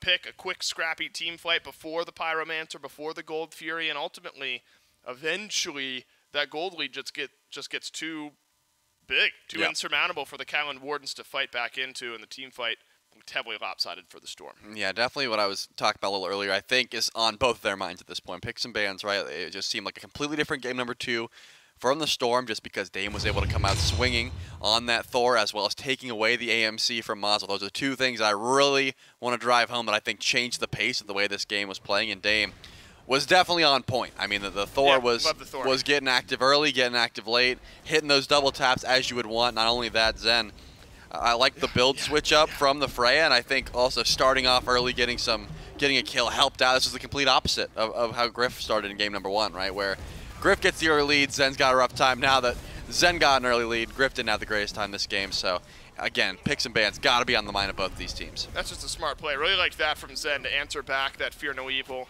with the Valkyrie's discretion. And I think that's a thread that we followed all game long. I don't know if it's necessarily fair to Sino, but when Fear No Evil can be such an impactful ultimate, you keep your eyes on it, right? Yeah. All throughout the game. And there was one really nice one underneath the Titan. It was like a 4-man Fear No Evil, but you know, I think there's a conversation about Sino, but also the rest of the team. Where's the rest of the beads burning coming from? Yep. Where Sino was dropping the Fear No Evils. And if it did hit the targets, it was the ability that was burning the beads. Okay, then who can follow up on that? I suppose you're hoping that Gino or the stun from Griff, maybe a relentless one with the ultimate, can kind of tilt the scales, but it just didn't feel consistent enough. Yeah, I think that was my main issue with the comp as well, is that I don't like that Hunbats is the first one into a fight. I don't like that Hunbats is burning beads. Unless you've got Hades in the solo lane, you should not be the first one going in. If Relentless One and Gino dive together, they get relics down, then Sino's blinking and hitting these massive ults, team fight looks a little bit different, but it just wasn't the case. I mean, Gino and Relentless One weren't tanky enough to frontline for that long. They weren't able to force these relics and ultimates down, so didn't look like the greatest comp for the Hunbats for me. And that's another reason I think picks and bans definitely one of the things on the forefront of both of these teams' minds. Yeah, look, I loved what we saw from Dame there in that game. If we're comparing jungler to jungler, we talked a lot about the Thor already up to this point. Has been prioritized, and a good reason, and a good bounce-back game from Dame and the rest of the Xibalba Storm in game number 2. One game now decides how these standings are going to look at the end of this weekend in the North American SCC. Remember, at 2-1 right now are the Xibalba Storm, and then also 2 more teams in the middle of the North American SCC, and then 1-2 for the Kaolin Wardens. So with a win, the Wardens improved to 2-2, the Storm dropped to 2-2, and then we have 4 of 6 teams all tied in the middle of the standings at 2-2, with only head-to-head being the tiebreaker there. And that'll move us into our last week of the SEC with ridiculous standings implications on almost all of those games. So really hoping, if you're a fan of chaos, right, Trelly, and who isn't, you're hoping for a Wardens win here.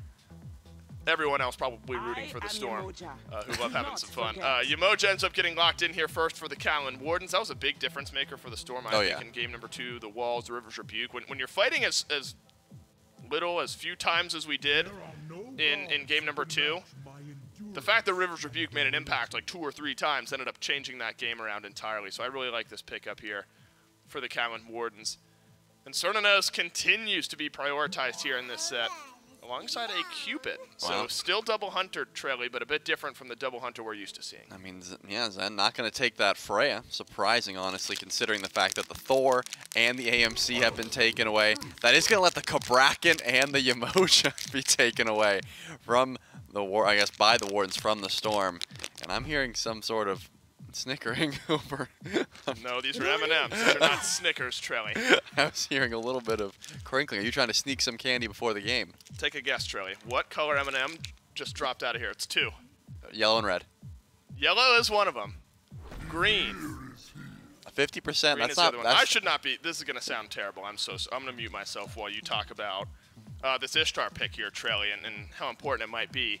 for the Kaolin Wardens. I mean, I like what the Wardens have done with this double Guardian composition, trying to facilitate, you know, the Ishtar. I think they've opened their way up to go towards the second Hunter if they would like to.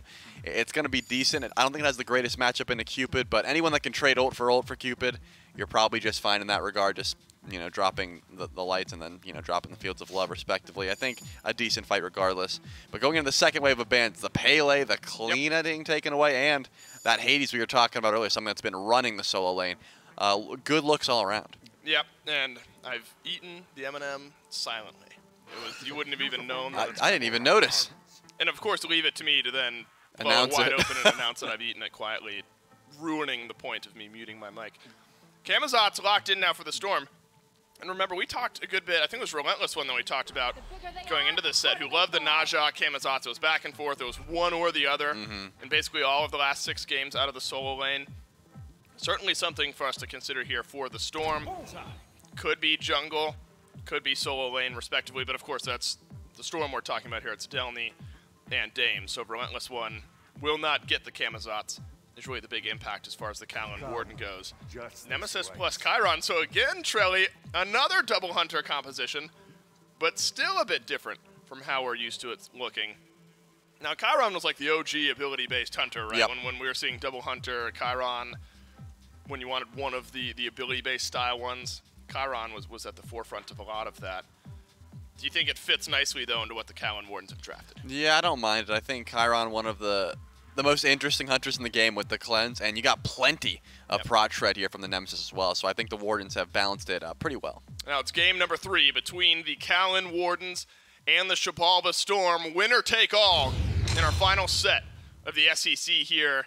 Now I will announce, remember on our end, a couple technical difficulties, therefore we are jumping into this game around the 12-minute mark, so I appreciate everyone's patience for hanging in there with us. Now the good news is this game about as even as it gets. You know, 200 gold or so ahead are the Kaolin Wardens, and only 3 kills on their side.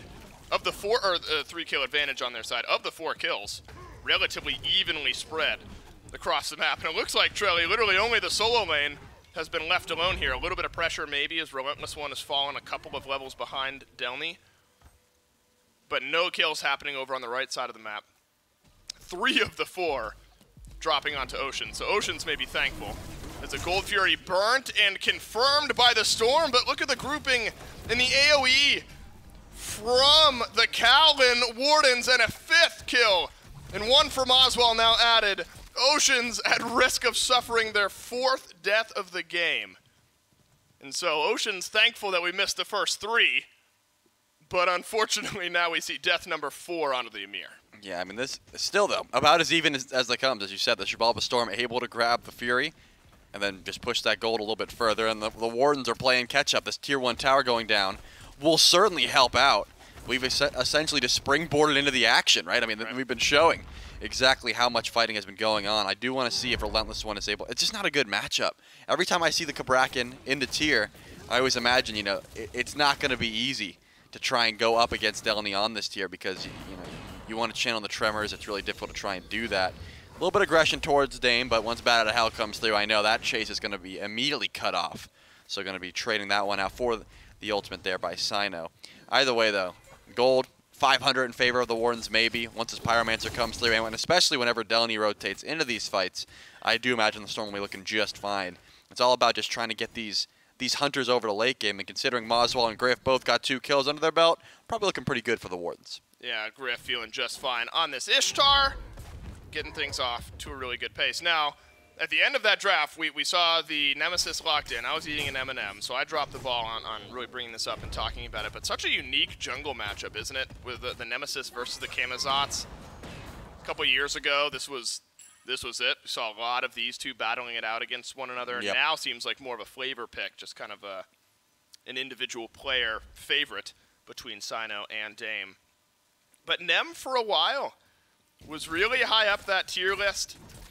I think Sino still has the ability to make it look really good off to a 1-0-1 start and a 1-level lead. Crusher, Toxic Blade, looks like attack speed, really the mindset instead of that ability-based style build. Yeah, trying to just be that late game hard carry that Nemesis can be, especially when you do decide to build her in that sort of manner.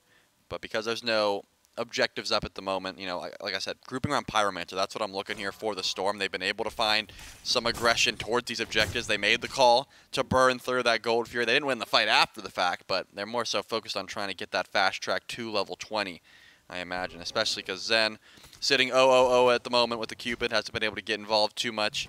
And you imagine you want to get these items online, get a kin size, that sort of thing. And a different style of build as well here from Zen. Every Cupid build I've seen thus far has been Death Toll into like maybe the Shadow Steel Shuriken besides that. But the Transcendence going to the Odibo doesn't want to let the old build die. Zen's still trying to get some extra power and shred built on. Yeah, I wonder then, where does that anti-heal come from? Because Joshi hasn't built into Shadow Steel. Zen has not built into Shadow Steel. Delny likes kind of this bruiser movement speed style of build. I mean, you gotta have, I mean, brawlers for Dame, I mean, I don't know if that's enough to deal with the Emoja, potentially a little bit of healing from Oswald in that passive as well. That's a nice double push from Delny. Fantastic setup on this tier. Pyromancer confirmed by the Wardens, but now it's the Storm with the health advantage in this team fight. Fantastic wall, separates the disengage. Gino and Relentless One again left alone, but all of that AoE from the Kaolin Wardens has kept it interesting. My goodness! The Wardens are surging back into this team fight. It's Griff, it's Moswell, and it's Dame left running. It's a 2-for-1 trade. Make it a 2-for-2, a double kill from Griff. Who wants more? But enough mobility in the rest of the Xibalba Storm, they'll be able to get away. Yeah, Griff's not going to be able to chase that one down any further. Got to give big credit there to Moswell. I mean, we've been talking about Sino and Moswell playing off each other super well, but Moswell dies, I mean, Sino dies probably 9 out of 10 times if Sino does not able to close gap there. It was just Dame so close, tried to catch up with the bat out of hell, but the giddy up from Moswell was able to pluck him back and not let him chase down his jungler.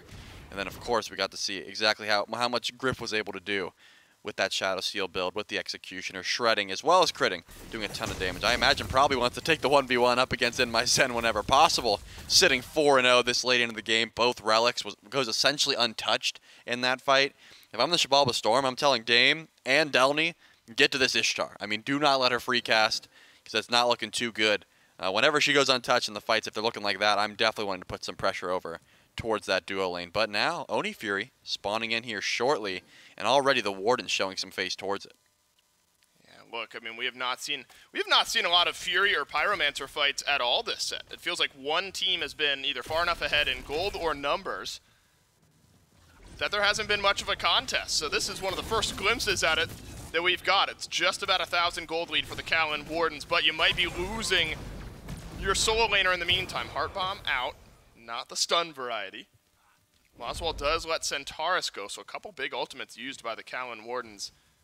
Maybe gives the Xibalba Storm enough footing here to push forward into the Oni Fury pit. Yeah, now the Storm are going to make the pull. They've got some decent bursts, but nothing worth tossing this one out for. Trying to set up an ambush, and Relentless One's going to be taking the bait. Man, Oceans on these walls has just been so difficult to deal with, but the Kaolin Wardens, they're the team who gets the Oni Fury, and again it's Griff reinitiating into the fight, making the difference. The dash forward, it's a bad sign for the Xibalba Storm. Double freeze from Oceans, necessary. Dame has the answer back, and the Lawbringer from Delny is the disengage. The Wardens, they get the Fury and a 2-for-1 fight. Yeah, it seems like Griff, off the back of the rest of the team, probably walking over this tier 2 tower as well over in left lane. Oceans might drop a wall, and that's about it. With this amount of HP, there's no way you're keeping this tower alive for that much longer, unless, of course, Delny was to make the rotation over. Doesn't even have teleport. Oceans actually gets whooped back. Why are you here? I mean, this is going to be a long burn, but Oceans has definitely fallen, as well as the tower. Wow. I could not...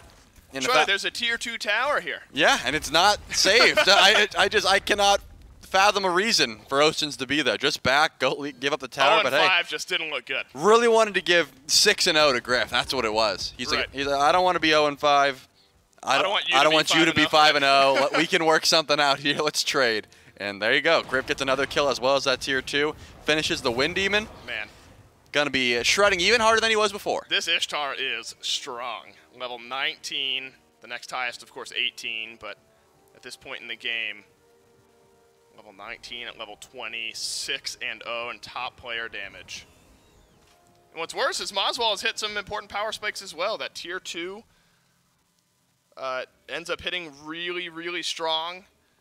Once you get the Centaurus out and you can detonate some of that damage, this is now tough for the Xibalba Storm as we cross that 20-minute mark. Shred begins. Fire Giant down beneath half. Delny close by.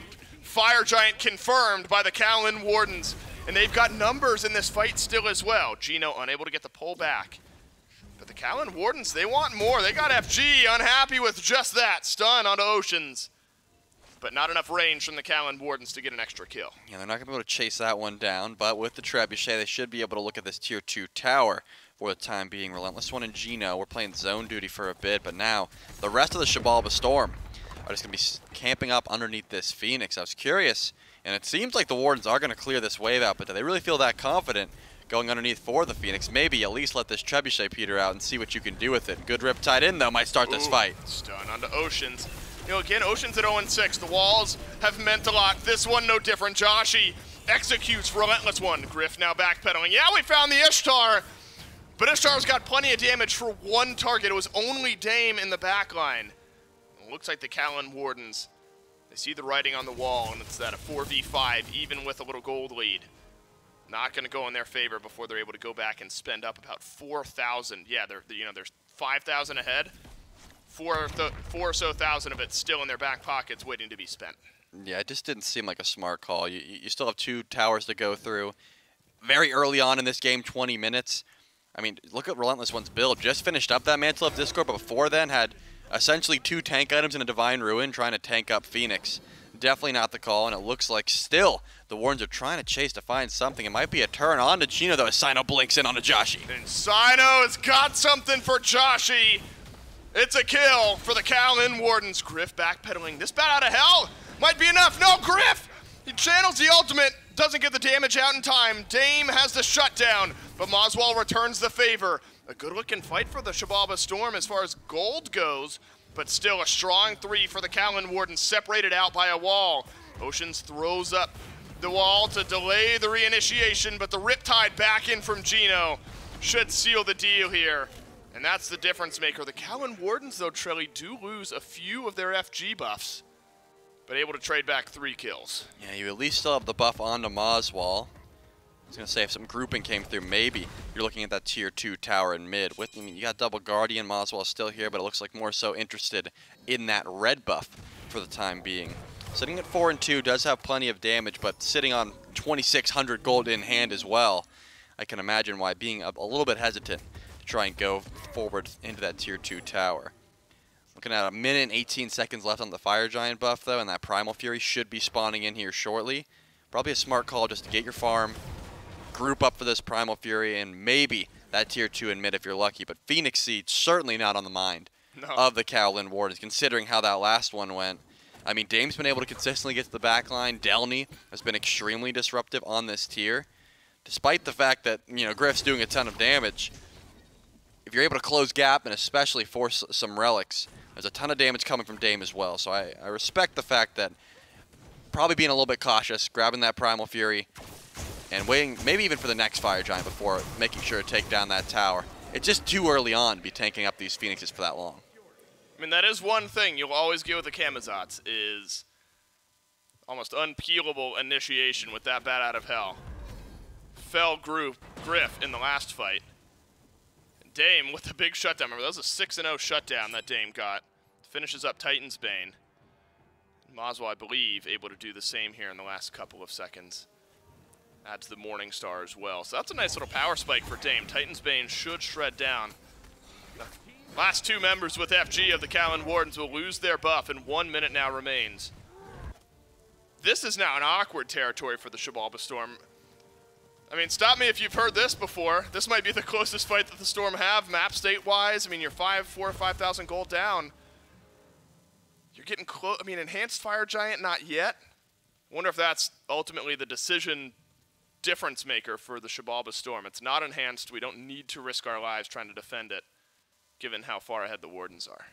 Wouldn't be surprised if that was the call. Just, you know, it's not enhanced, so we don't have to step up. But because their base isn't broken yet, because they still have a tier 2 tower, right, and they don't, they've got a good bit of safety. You know, Are you going to Fire Giant if you're in this game right now? I mean, if it's me, there's not a good steal opportunity. I think that's the big difference maker, right? I think Dame and Delny had the ability to get in and get out, you know, try and contest this and still be able to retreat in that sense because of the way that Delny's got, you know, blink beads, tier very difficult to lock down, as well as the wing blade should be able to zoom you on out of there.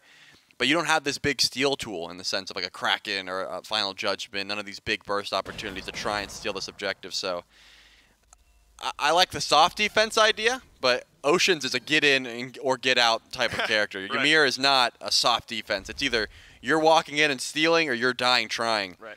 So it looks like the Storm, they want to fight this, but not overly committing. They're gonna let Delny front line and maybe Oceans sit in the back for a bit. Yeah, see what this tier can get done. Remember, big Fearless can turn the tides. Delny walks forward into the back line, goes Delny. That's on to Maswal, who gallops away. Dame has chosen his target, but remember, there's a Centaurus if needed. Sino has died alone on the other side of the Fire Giant pit as the rest of the Kaolin Wardens doubled back to help out their carry. Big ultimate down from Joshi as well, and the wall from Oceans near perfect, but Maswal and Griff on the fadeaway again have tilted the scales back. It's the Kaolin Wardens on the initial back foot, but these carries just keep getting it done in the team fight. Yeah, Maswal dashes in there, not able to connect with that training exercise. Just a little bit of a slow, could have been enough, but Delny's here. Doesn't have the ultimate or the blink. With that trebuchet, it looks like Fire Giant not going to be on the cards, but the tier 2 tower certainly will be looked at. Once again, though, I've got the same reserves. This is a risky call to go for this Phoenix this early on. Relentless One is back in the fight, though. Doesn't have relics, but should be enough to tank this for a bit, as Delny is going to provide some CC. Dame does not have Fear No Evil. Surely this is not the end of... What has gone on? It's a trade out. And Relentless One walks in, takes the Heart Bomb, gets hit by the Phoenix. And now the carries of the Kaolin Wardens, or rather one carry in the support, left dashing away. An interesting call from the Wardens. Yeah. Luckily, somewhat low impact as the Fire Giant, though now spawned, unlikely to be rushed by the Xibalba Storm without Dame. Certainly could have been cleaner from the Kaolin Wardens. I mean, I'm getting the tower and going back to fire. There's no way I'm stepping into that Phoenix there. They've got this idea that Relentless One's tanky. He's not. I mean, he's built tanky, but not enough to tank up the Phoenix. Now the Xibalba Storm, with the one-man advantage, are going to be able to try and make a pull on this Fire Giant, but already Sino has a pretty decent wraparound. Yeah, maybe I'm wrong. I figured without Dame, the Storm wouldn't go for it. But it's the opposite. It's the one-man advantage that makes the difference. Sino, though, melting through Zen, who dashes away. The Xibalba Storm get FG on 4. Griff left running. The crits with the cone auto attacks. Hitting hard. Gino sidesteps out some big ultimates. Riptide away as well, but Downey with the blink reads it. And it's the Xibalba Storm on the quick call. Punish the Kaolin Wardens for a mid lane blunder. That's a beautiful blink there by Delny, and now it's time for the Xibalba Storm to try and catch up in the gold department. Gonna be without Gino for 40 seconds. How much can you get done in that time? Looks like grouping up for at least the mid-tier 2 tower. Relentless One standing by, though. Doesn't have a blink, doesn't have any way to close gap. I imagine this tower goes down for absolute free.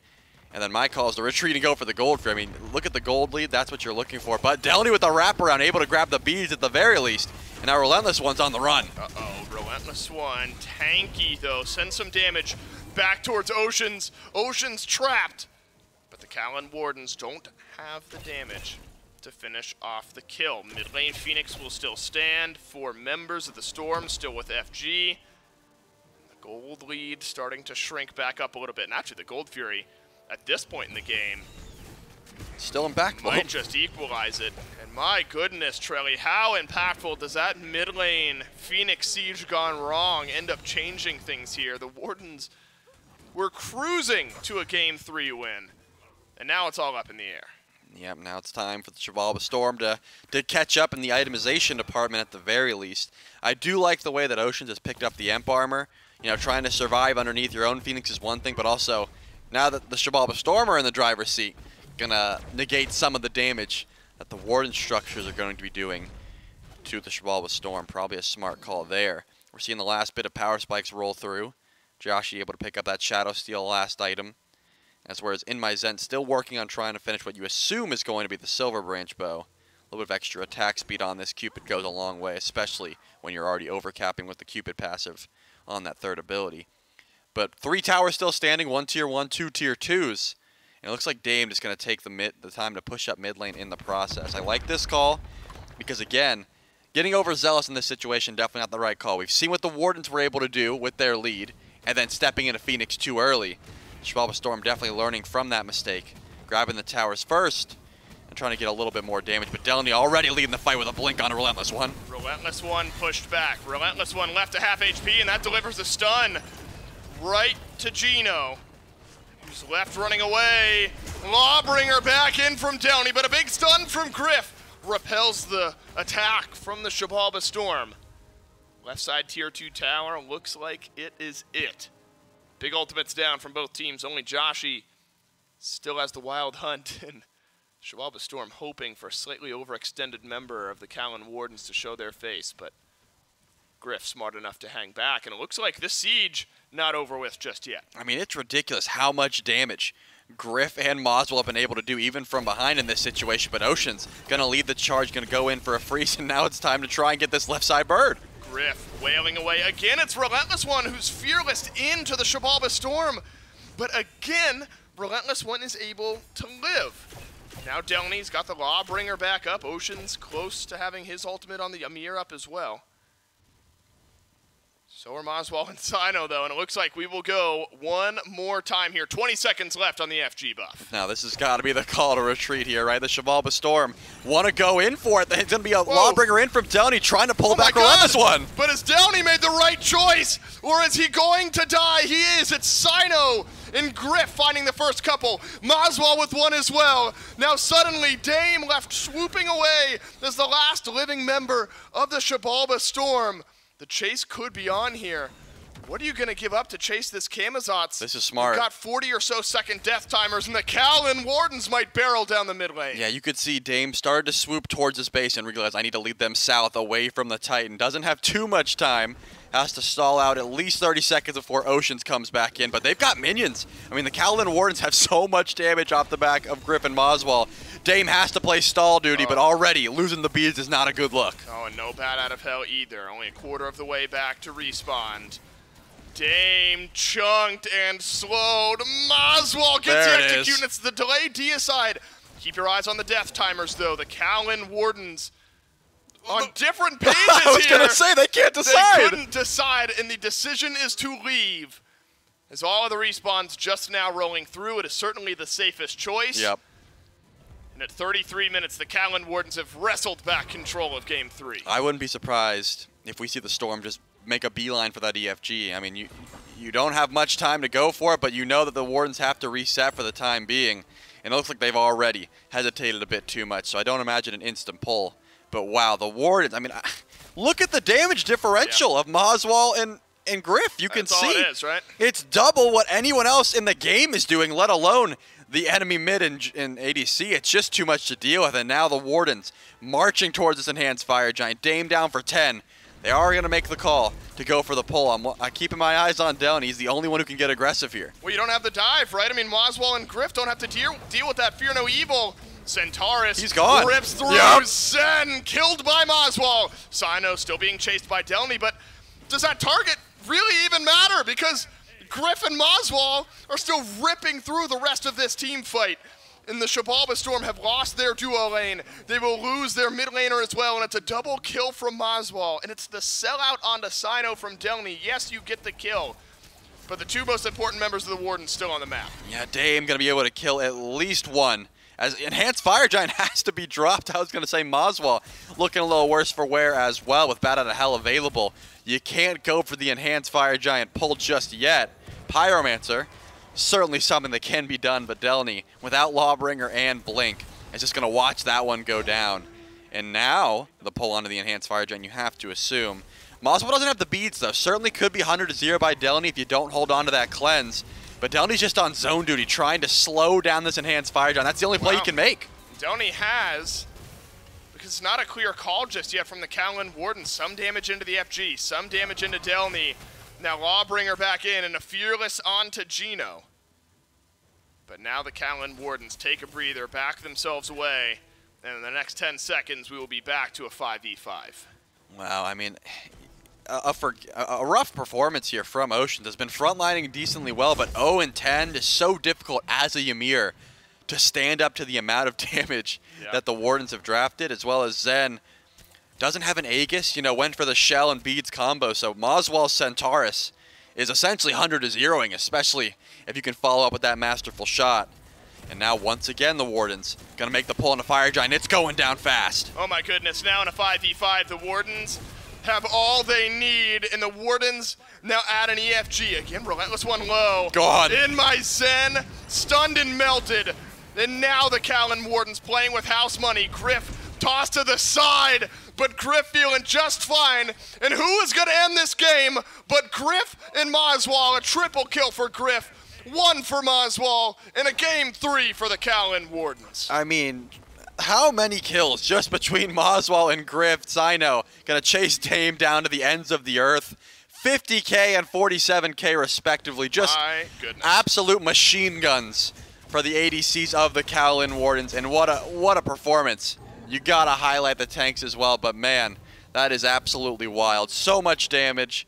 And also the fact that Relentless One and Gino were playing extremely solid frontline as well. You can't exist that much as ADCs if your frontline's not creating that amount of space for you. No, I agree. Look, you know, you missed like the first 12 minutes. I don't think we needed to see much of that anyway, because it was really like 13 minutes onward where this game really, really erupted. Griff on the Ishtar looked unstoppable. I mean, Moswell undiveable on the Chiron out of the mid lane. And finding a kill onto Dame there towards the end was so important, because think about how much easier the life was of the 2 carries of the Kaolin Wardens. Suddenly there's no bat out of hell chasing you down with how far in the build that Dame was. And that was just a fantastic performance from the Kaolin Wardens. And remember, Charlie, we'll get a look at it here in a little bit after we break this game down. The standings all confusing now in the NASCC. A lot of teams closely knit here with one another. And I think a much-needed win against one of the top teams for the Kaolin Wardens. Yeah, and it's also pretty solid that stumble they had in mid wasn't enough to cost them the game, right? Because they had their Fire Giant, they were ready to go. They got the Tier 2 towers down, and then for some reason decided to go in for a Phoenix just way too early on. And they were able to come off the back of just look. Griff's got 3 kills at 17 minutes. When this game ends, he will have 14. Yep. Like, that is an insane amount of kills to get 16 minutes onward. You know, if you start out like 6-0 in lane, that's one thing. But look at the difference maker. 32 minutes in, only has 8. Griff was able to find a ton of last hits as well as just tons of shred. Actually ended up selling the crit and switching to just full shred build as the game went on because of how many spectral armors came through. And you can start to see just how long these tanks were not able to stand up against the double ADC composition here that the Wardens had drafted. Yeah, look, I mean, actually, there was some pushback from the Xibalba Storm. Think about the Fire Giant they took, sieging the left side Phoenix, but pushed back so effectively by the Kaolin Wardens. These 2 teams, very, very closely knit. And I think a game 3 deservedly so between the Kaolin Wardens here and the Xibalba Storm, especially after an early phase struggle here in phase 3 for the Kaolin Wardens. I think seeing one go in against one of these top-tier teams in the North American SEC is always going to feel great. I mean, double-digit kills for both Moswell and Griff, low single-digit deaths at 3 and 1 for each. I mean, I guess technically you have to give the shouts to Griff, right, as far as the better KDA at 14, 1, and 10. This Ishtar just so effective, but damage-wise, they were right neck and neck with one another. Yeah, Moswell just edging out Griff by about 3,000 or so. Now, the one thing we did miss early on in that game was the first 3 deaths from Oceans. Unfortunately for Oceans, that just continued. The other 7. Yeah, we caught the other like 7 or 8 throughout the rest of that game. This one just convincing. A drama-filled best of 3, though. Oh, yeah. I mean, my goodness. Between these 2 teams in Game 1, Game 2, now in Game 3, the Fire Giant steals, the kind of messy team fights. Plenty to clean up for both teams. Yeah, I would say so. And definitely deserving of, as you said, like mixing up the standings. It looked like for a second we were going to have a very defined number 2. That's not going to be the case. I mean, the Wardens are going to get the better of this matchup, but certainly could have went either way depending on a couple different dropped sieges underneath the Phoenix, that sort of thing. I mean, what a great 3-game set that we got to watch, though. Agreed. It was awesome to see in the Kaolin Wardens back to their winning ways. And that is it for this day in the North American SEC. We had 3 best-of-3 matches for you. 2 of those 3 went 3. The Eldritch Hounds go 3 against the Sages, still able to grab themselves the win. They remain perfect in Phase 3 of the North American SMITE Challenger Circuit. The Tanuki with a clean 2-0 over the Anansi Weavers to start our Friday, nearly said Saturday off, time's a flat circle. And the Kaolin Wardens end our Friday with a 2-1 win over the Xibalba Storm. Now, the one I'm really excited about, Trelly, is how these standings end up getting impacted, because I believe these take head-to-head, all that sort of stuff into account. So the Athenian Sages stand up now in 2nd place, Yomi Tanuki 3rd, Xibalba Storm 4th, and the Kaolin Wardens in 5th. So the really big change is the Storm drop 2 places down to 4th seed after this matchup. but really, week 5 of Phase 3, which is going to be the final week of this phase in the SEC. That's this upcoming week. 2 through 5 are going to look drastically different depending on how all of those matches go. 1 through 4, though. Right. That's going to look the same. Well, 1 will remain the same. The Eldritch Hounds. I mean, 1 through 6. Sorry, yeah. Right. Eldritch Hounds and the Weavers will be at 1 and 6. Yeah. But 2 through 5 will be a little bit different after the matches next week. Top and bottom will be unchanged, but the middle of that pack there. And remember, so the way all of this works is all 6 of these teams will make it into that pre-group stages, kind of play-in Road to Worlds tournament for the SEC and the SOC teams. But standings is what dictates what group you get placed in early on in that tournament. And so if you're the 6th seed SEC team, you're getting put into a better group. And so really it is important 2 through 5 there to make a big difference. Oh, yeah. So I'm excited to see what week 5 has. Remember, SPL is on a break here this weekend, November 4th. That is Friday, November 4th, will be when the SPL returns. And we're getting there. We have officially gone over half of Phase 3 in the SPL. The last half of the SPL will begin next Friday, this upcoming Friday, November 4th, 1 weekend from now. The last half of Phase 3 will kick off. And there it is. And it's the Bolts and the Warriors starting it off. That's a fun matchup. The Jade Dragons and the Solar Scarabs after that. If you're a Dragons fan, you get a doubleheader of your team immediately on Saturday morning going up against the Kings. That is a very anticipated matchup, Dragons v. Kings. Warriors versus Titans, Leviathans versus Valkyries. Remember, we have 2, count them, 2 triple headers next weekend. We had the bye week this week, so we're backloading some of these games. And then on Sunday, also a triple header next weekend with some really high impact matches there, Trilly. I think my eyes go to Dragons Kings on that Saturday, Warriors Titans as well. But really, it's this second round robin where we're going to tell which teams are adjusting, which teams are hitting their stride at the right time, because we're down to our last 4 weeks of SPL play prior to Worlds. Yeah, we're running out of excuses. You know, if you haven't turned it up, that's right. If you haven't turned it up by now. Yeah, there's no more that they've got all year, right? Yeah, there's no more. We're heating up. We're gonna start trying. This is the time. So hopefully we're gonna see a lot of these teams that have been, in the talks of like, are they trending downward, trending upward, looking to change up their play styles, that sort of thing. It's all gonna happen. And I guess next week, right? Friday, the November 4th. Yeah, we're gonna be well beyond Halloween. Christmas lights or holiday lights are coming up after this weekend. Let me ask you a question, Trelly. Please do. What's your favorite candy? I would love a Reese's if you got one. It's a Reese's, but I'll hand you one. I don't know. Have you monitored chat? Production, was chat nice today? Was everyone well behaved? I said if everyone behaved well, they would all get some candy towards the end of the day. I'm assuming no answer means yes. No news is that's good news in this case. So that's it for today in the North American SEC. Remember, we're on a bye this weekend. The SPL returns 1 week from today. I cannot wait for the last half of Phase 3 to kick off. On behalf of myself, Charlie, all the other casters, everyone back in production, thanks for watching. Happy Halloween, and we'll see you next week.